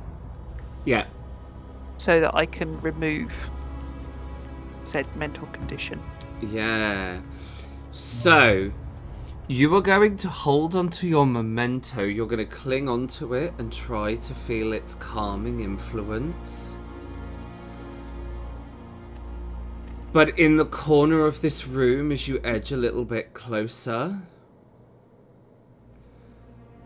there is a wooden chair.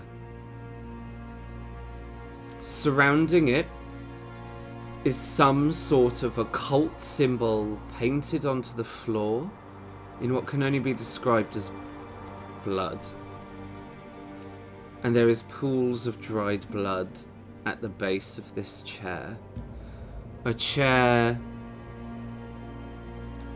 that has restraints for wrists, ankles, and neck.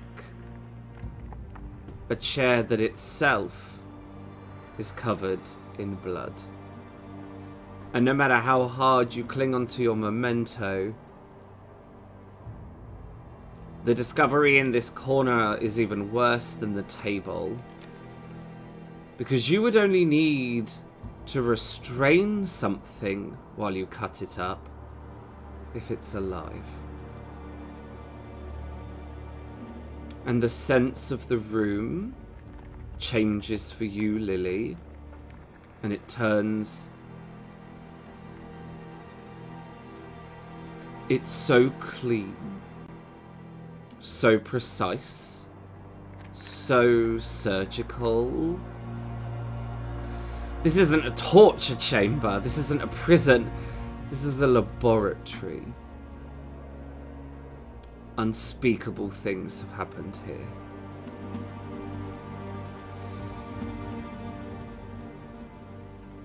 And you are not going to be able to relieve one of your conditions using your memento in this in this charming location. 10 out of 10 would visit again. Yeah, absolutely. Yep. TripAdvisor absolutely totally recommends.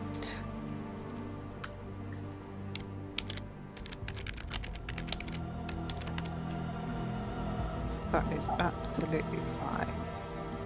Nice try, though. I'm still going to carry on holding it.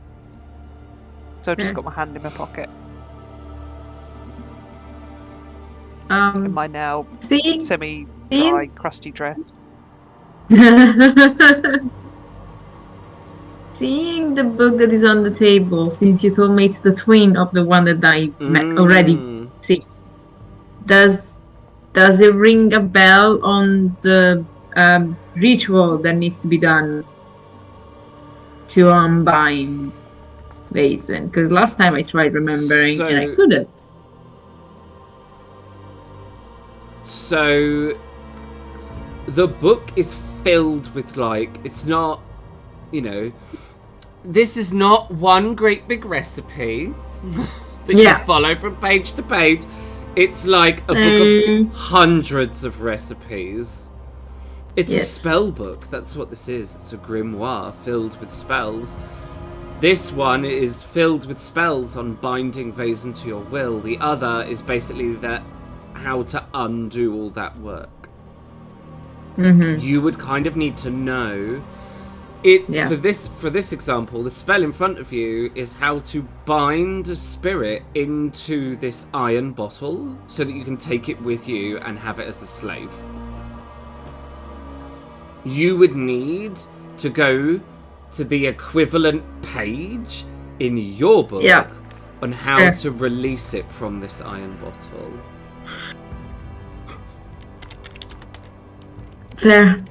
Can I remember what the other flask looked like when it had got sort of the genie in it? Did it give off any feels, any sensation? Lily's basically trying to work out, is this iron bottle empty or has it got a Vaesen trapped in it? The one that had the Vaesen in it was freezing cold all the time. Of course it was. So she's going to carefully pick away so she doesn't want to touch any of the lines, break any of the lines. So that complete tiptoe across the markings. Give me... Yeah. It is going to be... give me an agility roll. You have a help from chat. Come on. Be good. Oh, fuck. Oh, my God. Oh!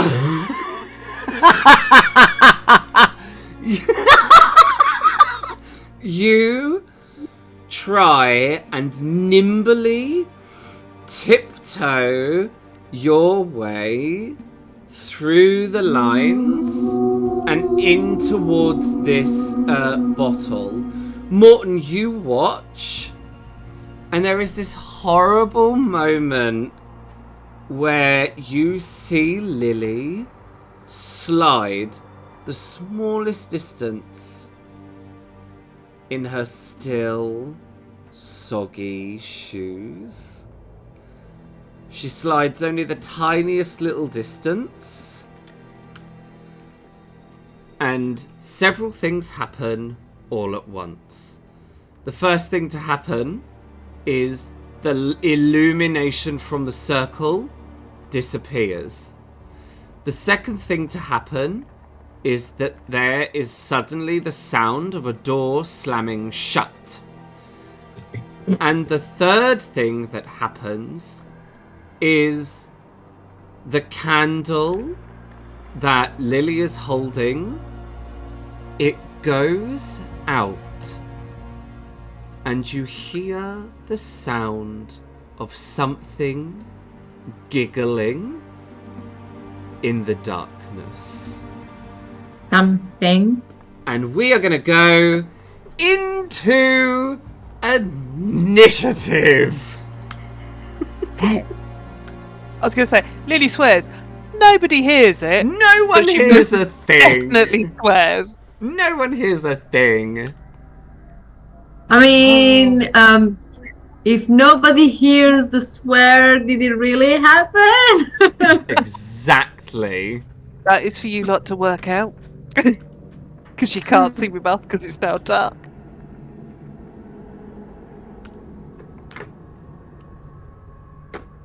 Ooh, okay. Shit. I hate that number.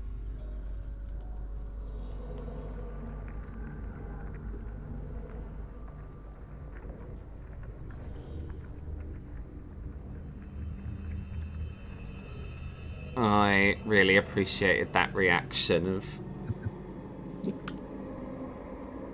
I mean, Shit! you tell me. Oh dear. Right, let me. I do need to just move that to. I mean, tell me, let me know, chat, if you want to learn Italian swear words, because I can totally do that.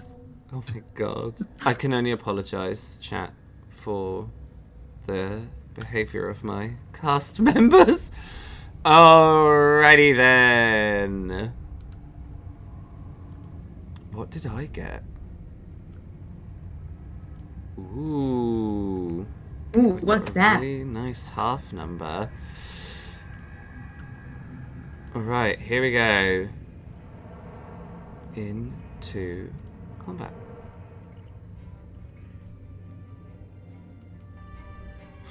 Alright. This is... Yes. Lily, you are the first to act as your candle is snuffed out and you just hear this... you just hear this... It sounds like a little child in the darkness giggling at just having blown your candle out.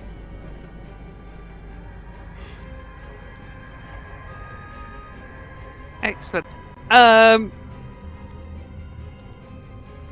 Realising I must have broken the line, I attempt to see which bit I've broken and to see what it's made from. Is it chalk, paint, something along them lines?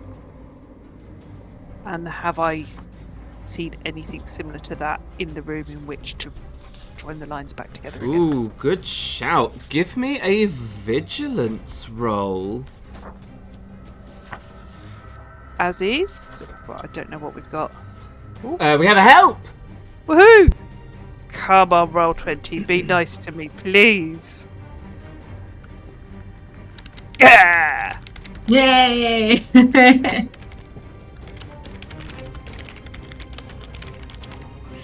All No, right. there isn't a freak. Yeah. Nice. So, the answer is yes and yes. You do see where you have scuffed the line.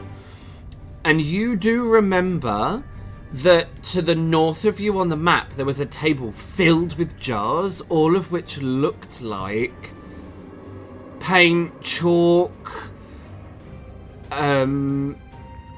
various things. You're pretty certain, you're almost certain, that if you were going to find anything to repair the damage that you've done, it would be there. Excellent. I'm now, because it's dark, worried that I'm going to scuff more up. And I looked at Estrid and sort of point to the table and then point to the floor and sort of do almost like paintbrush gesture or something like that, and sort of like, I need. Yeah. And I can't move because obviously I'm sort of half holding my dress up as well, so it's that sort of like, fetch. Morton! Ring! It's your turn. I think in Morton's current state, mental state, he will forget that he can't speak, and he will try and talk to the creature. And he's going to say...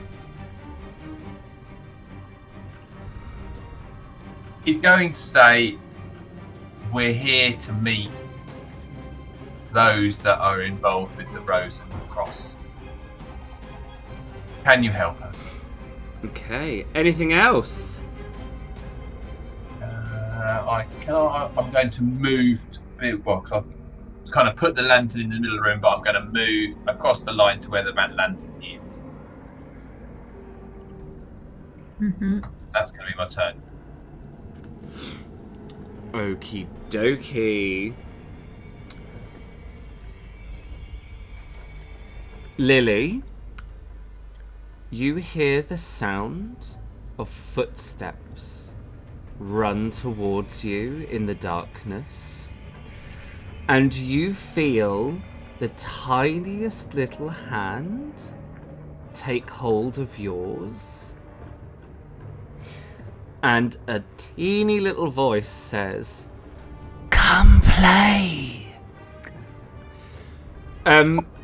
I am going to need a force roll from you, please, as burning cold seeps up your hand from where you feel these little fingers wrapped around yours. Oh, bugger.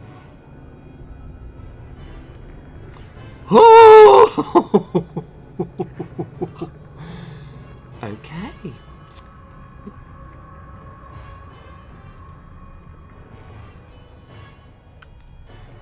In that case, then, 1 second, please. Let me roll the dice for this. All right, that is going to be Nothing. 1 point of. It's 1 point of damage. Can I choose physical or mental then? I would. It's struck by extreme. Yes, because it doesn't say physical damage. It just says 1 damage. So I can choose. Yeah. Excellent. Okay.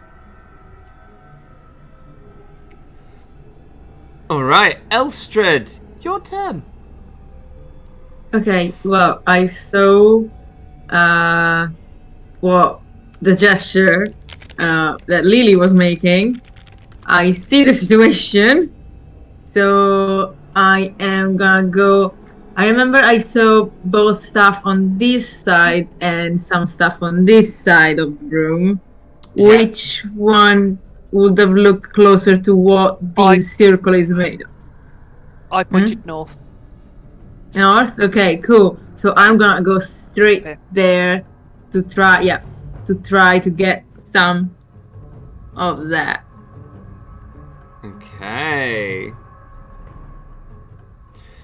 So, because you haven't taken the lantern with you and you're in the dark, Yeah, I it is know. going to be really hard for you to work out what is there. You reach the table when you bump into it and you hear the clink of bottles all tapped together. Yep.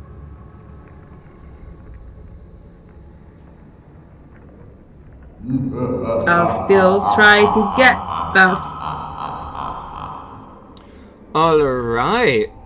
You are just going to like rummage around and you're just going to feel a table of bottles. Yeah. Okay.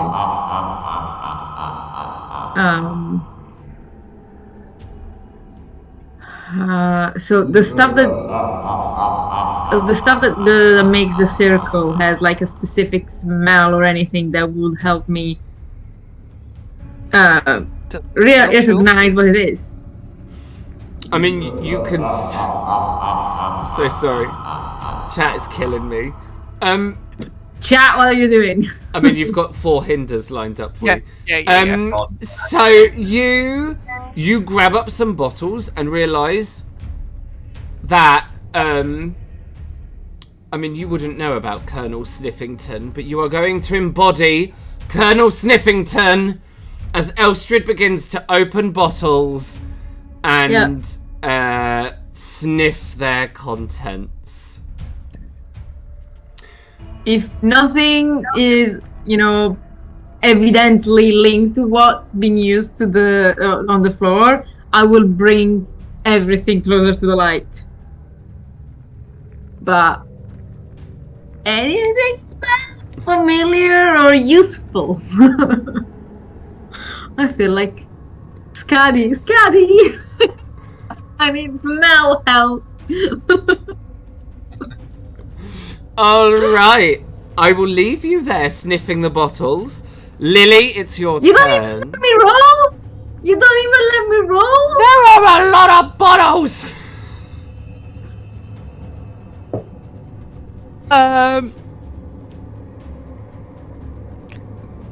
Oh, I can't remember. Do I have almost like a dodge action? Is it called dodge now? Yeah, so you can feel that you have just got this little hand holding yours, and it's right next to you, but in the dark.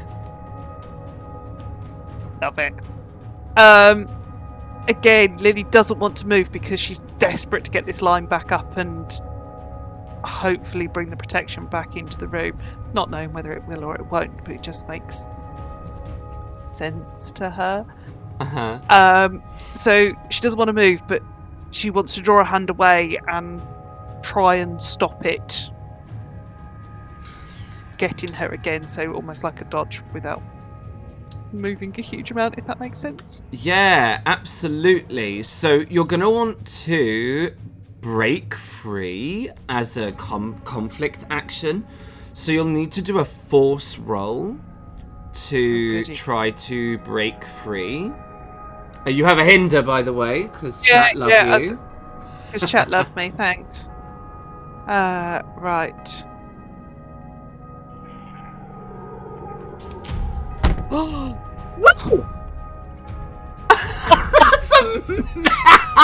that is amazing. Okay, yeah, you pull your hand away from this whatever it is that's holding your hand. It's so small and so delicate that you feel almost like your hand passes through it like mist. You are free from this creature, whatever it is. You can take the dodge or the parry reaction on at any point as so basically you can save your fast action to try and dodge out of the way if this creature tries to touch you again. Yep. All right, lovely. Morton. Can I see this creature? Can you see it? Yeah, well, it looks like I can see a very, very tiny corner of something next to Lily, but not really. So then, yeah, you probably can see there's a little grey hand reaching out of the dark to hold on to Lily's. And Lily's just yanked her hand away from it. Take my strong hand. I'm gonna pull my revolver and just shoot at it into the darkness where it is. Whew. That's ranged combat, isn't it? Roll to shoot Yep, with a You can click hinder. on your weapon. with a hinder. Oh, good. That might not mean I roll any dice. Let's see. You could always roll one dice. You'll have to Okay. add one in. Okay, I'll just press the. Because that'll probably mean I only roll one.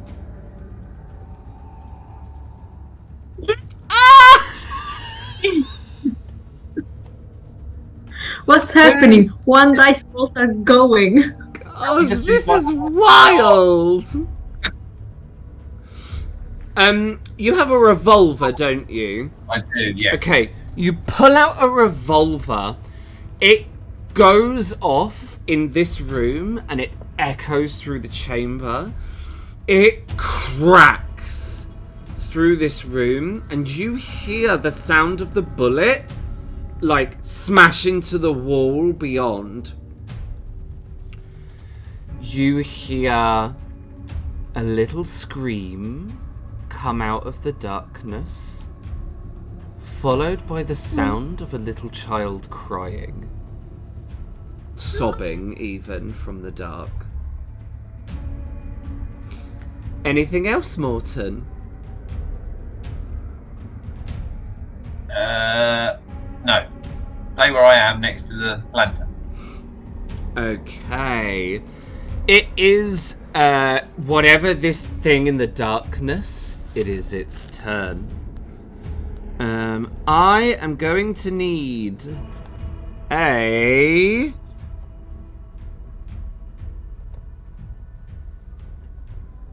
I am going to need a vigilance roll from everyone as you hear this little creature crying in the dark.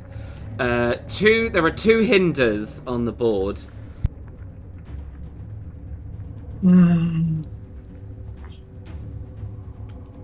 Okay. I can. I don't mind taking one, but I have a horrible feeling that I won't have any dice if I take one anyway. I'll take one. I mean, don't get me wrong, I have 2 dice to roll. I have 1 condition, at least. I'll take one Ooh, hinder. there's a help! So That's it's 2 fine. hinders and a help. I'll take a hinder. You can fight out between I can hinder and take the help. hinder, and we'll see if I actually roll dice, and if not, I will just roll again with a 0. Okay, You I'll take the help. Go for it. Yeah, I need to reroll it. Maybe it's the other way around then. Maybe I should take It's Yeah, too it's late. it. Yeah, new. Doesn't make any difference. All There we right. go. We all failed. Always of you- good with the world of statistics and dice gods. All of you immediately succumb to the power of this creature. And are filled with an undeniable and unshakable desire to get into the darkness and rescue whatever this poor little creature is that is sobbing in the dark.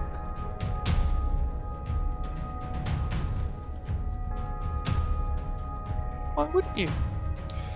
Elstrid, it's your Yeah. turn, and you are So- compelled to help this little thing in the dark. Okay. Stop sniffing bottles. You are compelled to get to the creature and will try to break through any obstacle with violence or cunning, if you must, to reach it. Okay, I'm coming through with my usual finesse.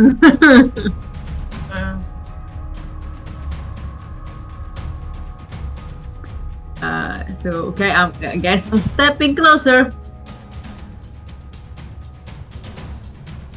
Can I try to resist it, or Nope.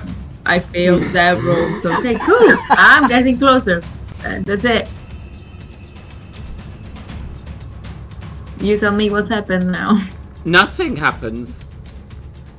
You are desperate to help this creature sobbing in the dark. Do I see them? It's very dark on this side, so I kind of see something, but I don't see much. Yeah, you're just gonna see something like down on the floor. I mean, since I really need to help, I guess Elstrid will not even be conscious of the fact that she doesn't really speak anymore, cannot really speak right now still, and she's just gonna say, "Who are you? How can I help?" Towards, The dark. lower ground, kid side. Mm-hmm. Lily, it is your turn. You are also compelled to help this creature that you know is basically at your feet. Yeah. I will take a step towards it. Again, I'm assuming I've still got the sense to dodge the lines. Yes. It is literally at your feet. It looks like it has bobbed down to sit on the floor and has wrapped its arms around its legs, and it is just sobbing.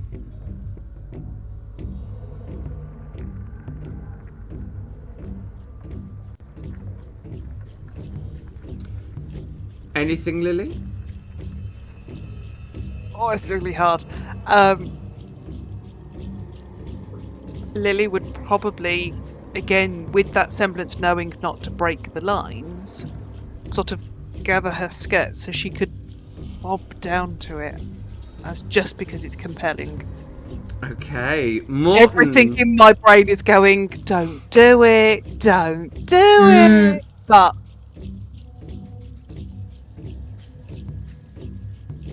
Morton again is compelled to get close, so he's going to pick up the lantern and walk towards it. Okay.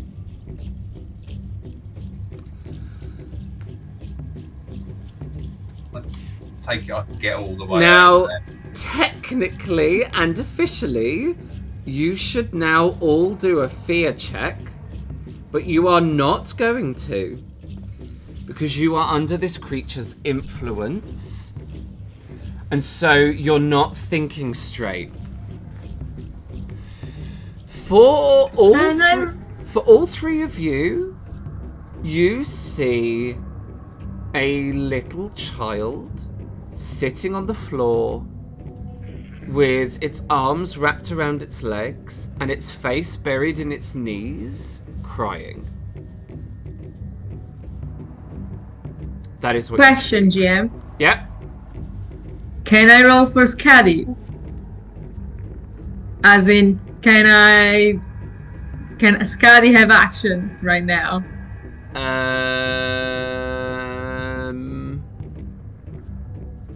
Scotty does have the attack action, Yeah, I know. doesn't she? So I mean, yes, Scotty would have actions on your turn.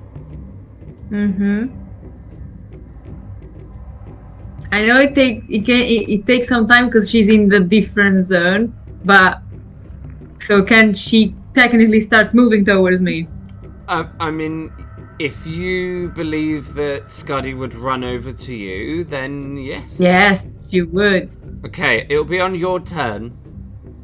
Yep, okay. Okay, anything else, Morton, as you come closer with this lantern? I would also, as I approached, if I had the movement, bob down next to the child. And probably start talking as I'm walking over, saying, "It's okay, we're not here to harm you. Let us help you." Your voice rings out through the room as you speak to this child. And on its turn, it is going to look up at you. It has got tears streaming down its face. It has got snot running out of one of its nostrils. Like, it's a mess. It needs a grown-up to wipe its face and sort it out. And it looks up at you, and this little boy looks up at you, and it says, "I'm just really scared. I'm just really scared down here all on my own. I just want to go home."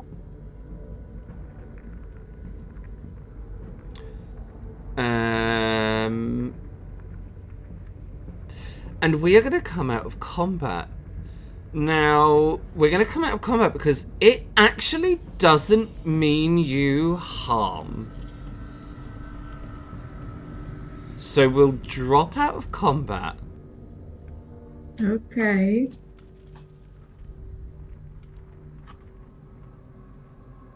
And we'll see what you do now. I'm Are we assuming we're still still in under the- the Yeah. influence. Under the influence, yeah. Under the influence. Mm-hmm.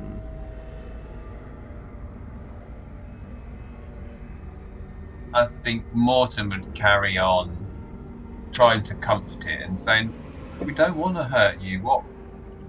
There's no need to be afraid of us. We can take you out of here. Let us help you get out of this darkness. The little child, nods and reaches out, reaches its hand out towards you, Morton. I'm still under its influence, aren't I? I will reach my hand to it as it reaches out. As soon as you make contact with its hand, it's cold. Its little hand is very cold. And this breaks the hold this child has over you, and it also breaks the illusion. Sitting on the floor at your feet, Lily has bobbed down to its height. Sitting on the floor, it has the face of a child, but its body is too long and a little too thin. Its arms and legs are far longer than they should be. It's almost as if a little child had been asked to draw itself, and this is what it had created, except that had then been made corporeal and real. It is out of proportion, and it is horrifically creepy. It looks up at you with different sized eyes, and it says, "How will we get out of here?"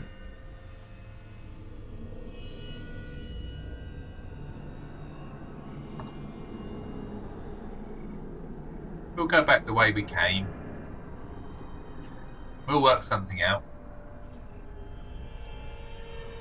Promise you won't leave me here like that last man did. We won't leave you. If you can try to help us, that would be helpful. And we'll get you out. I can try to help. I can help. What do you need me to do?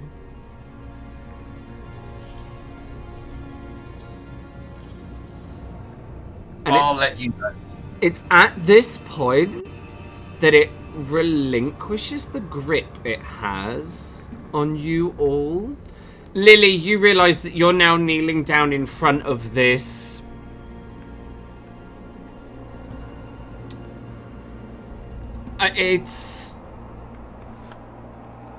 it's a thing. Yeah. It is actually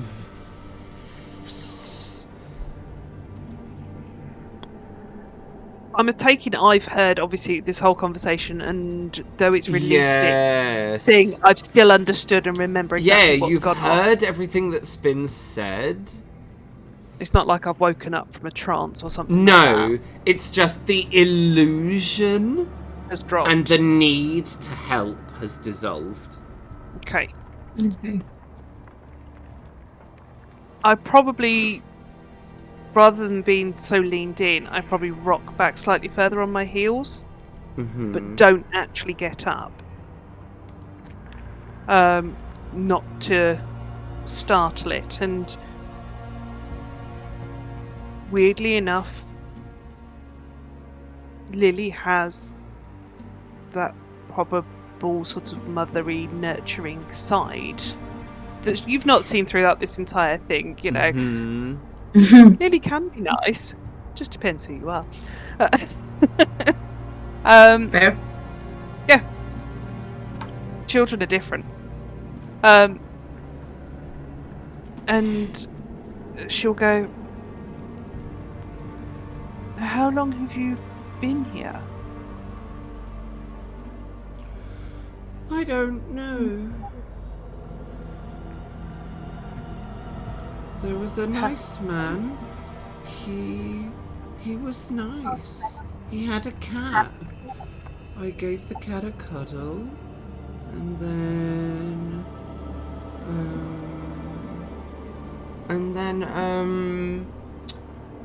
we went into the house, and there was cake.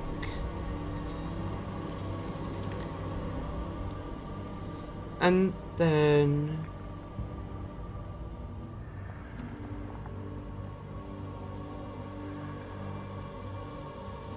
then we went to a creepy place where dead people are.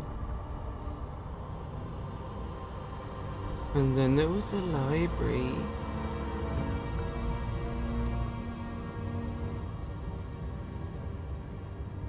What language is he speaking?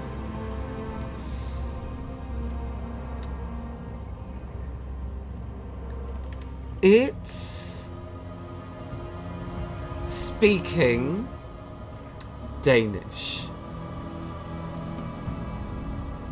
Finnish,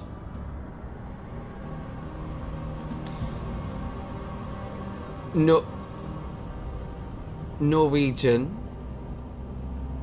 Everything at the same time. It's whatever language you Yes, think please. in, you hear it. Shit. Now that's some linguistic talent there. And there was a library.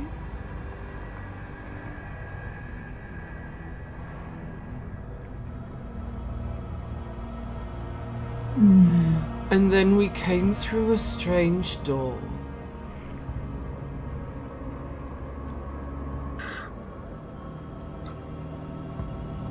And now I'm here. I'm assuming everybody's not longer under. lady. There was another lady. She came here too. The nice man who wasn't so nice.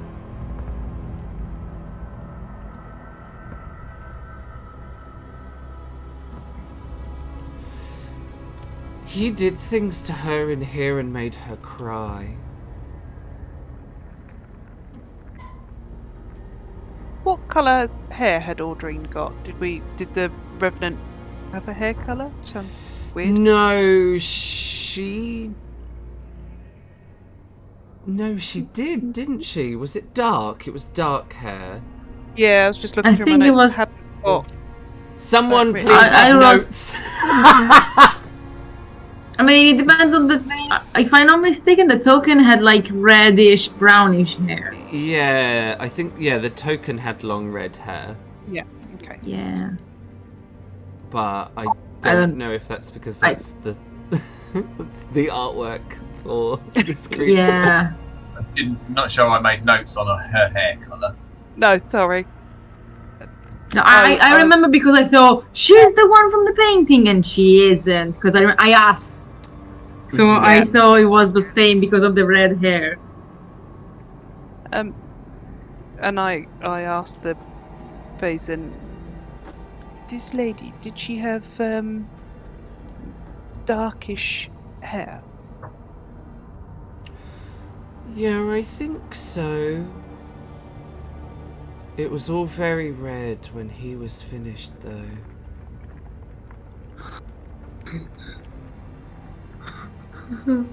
From the mouth of babes. Have you been able to leave this room? I don't really remember. I remember coming in here and being scared. And then... I remember...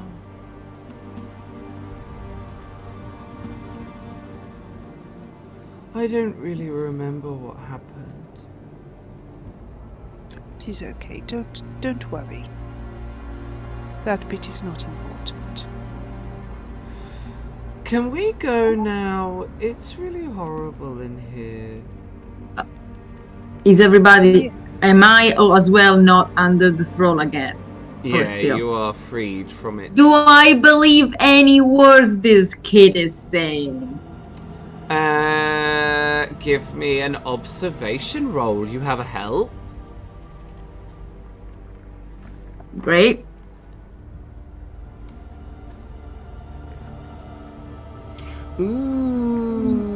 Ooh. I'd be rolling doubles or zero or doubles.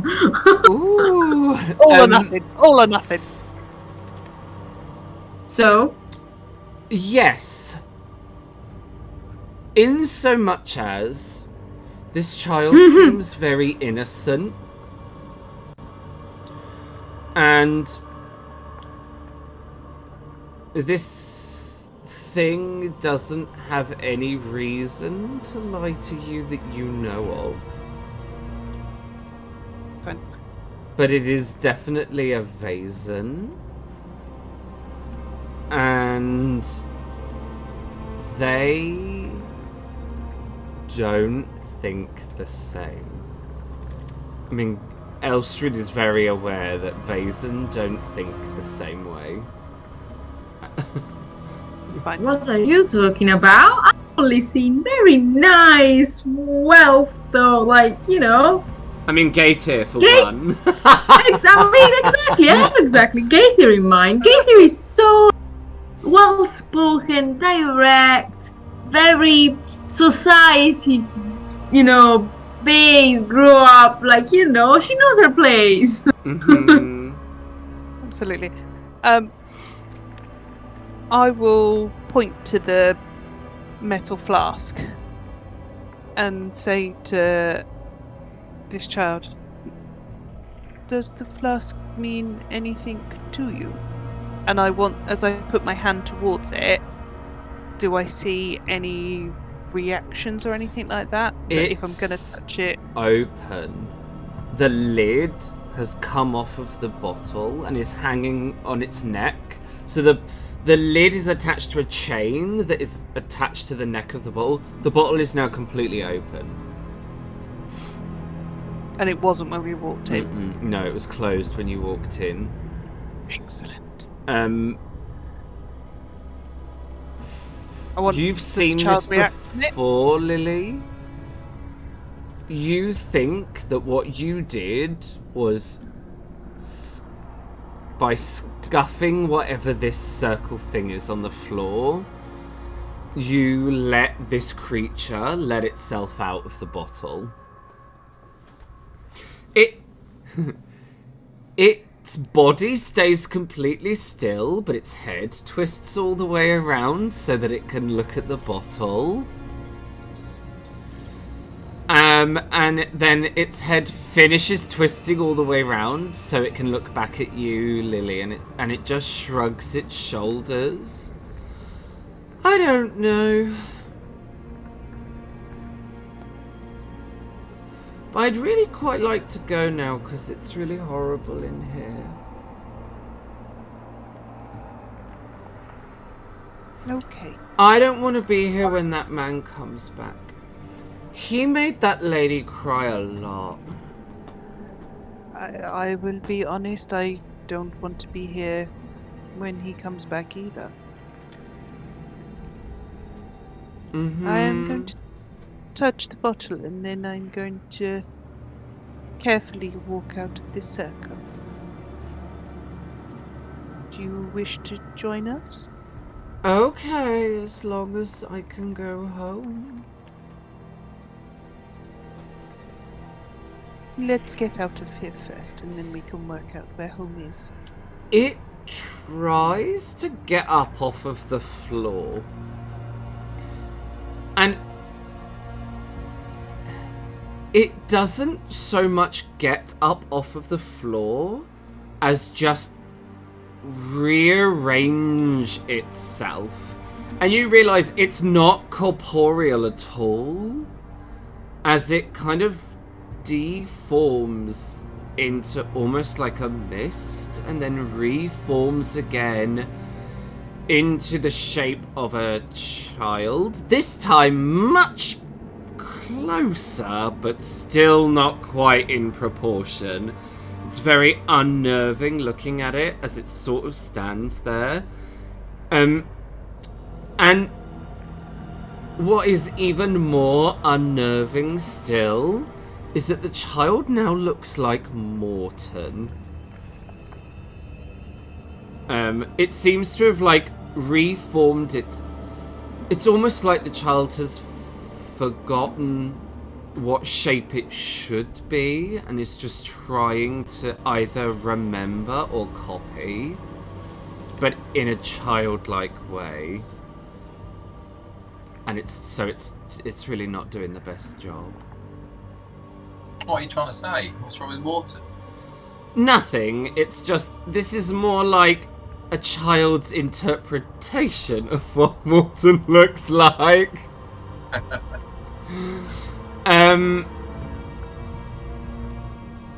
As you all rise up, there is a sound from there is a sound that emanates from the shadows of the room. It is a sound that chills all of you to your very core. As the door to the laboratory swings open. And the sound of footsteps as someone enters the room. And it is there that we are going to call it for this evening's session. What a shock. Surprise! Hey, super duper.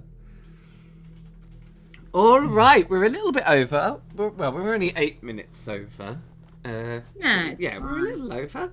We're going to do our usual thing where we say a huge thank you to our incredible cast over here. These amazing faces. We will start with Lily because you are the first in my Discord this evening. So, Lily, who are you? Who did you play? Where can we find you? What do you want to say?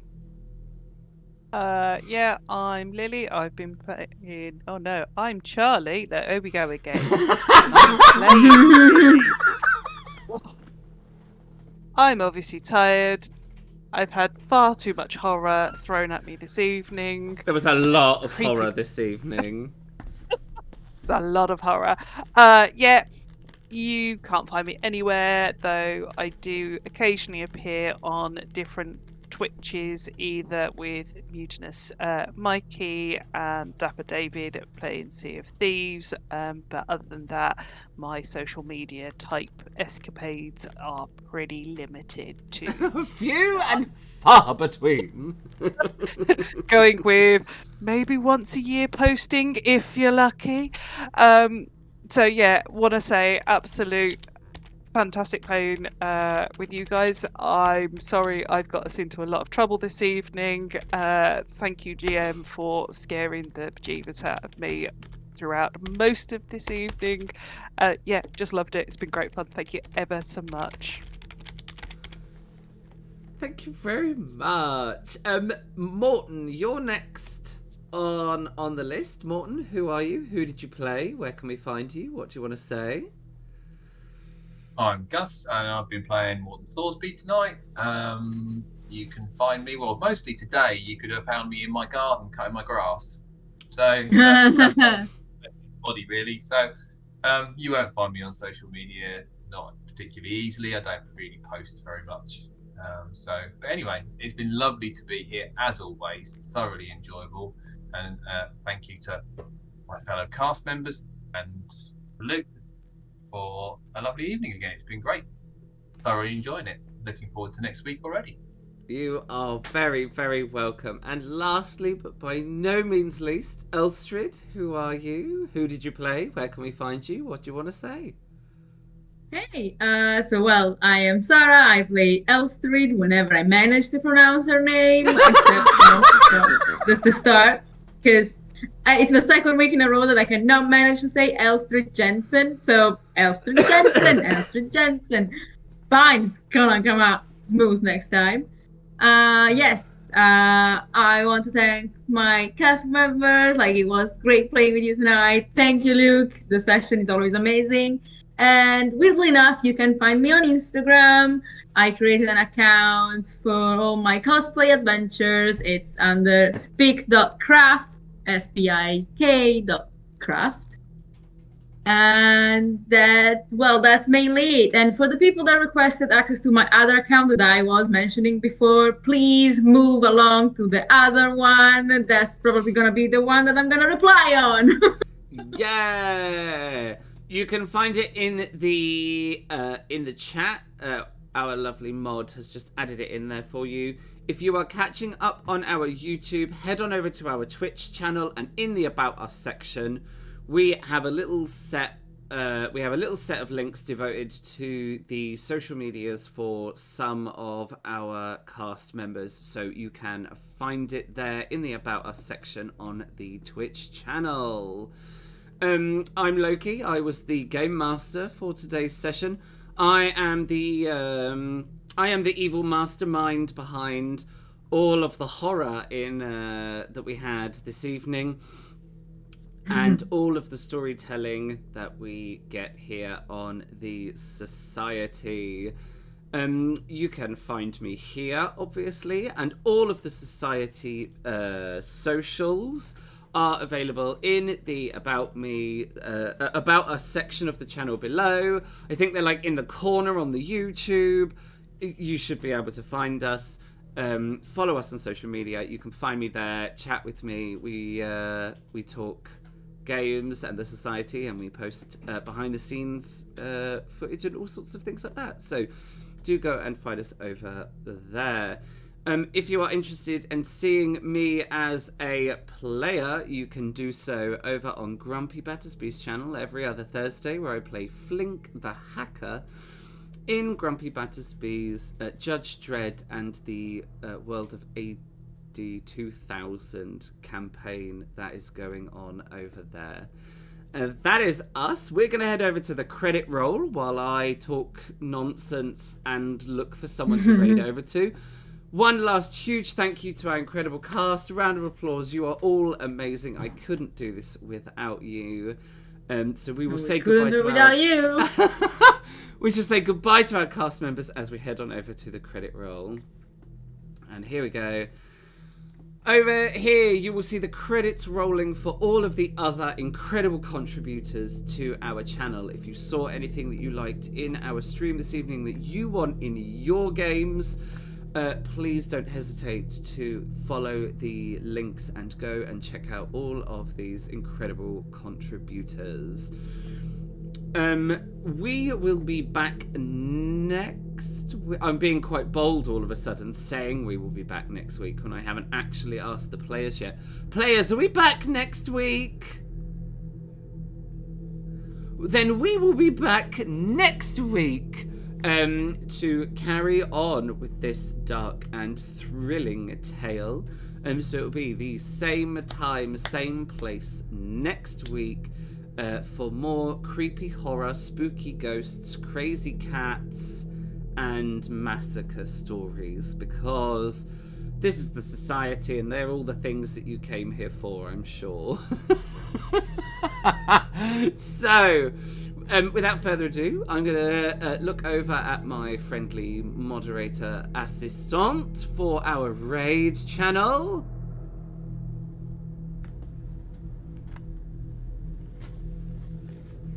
squinting as well while I do it. It's a really glamorous look.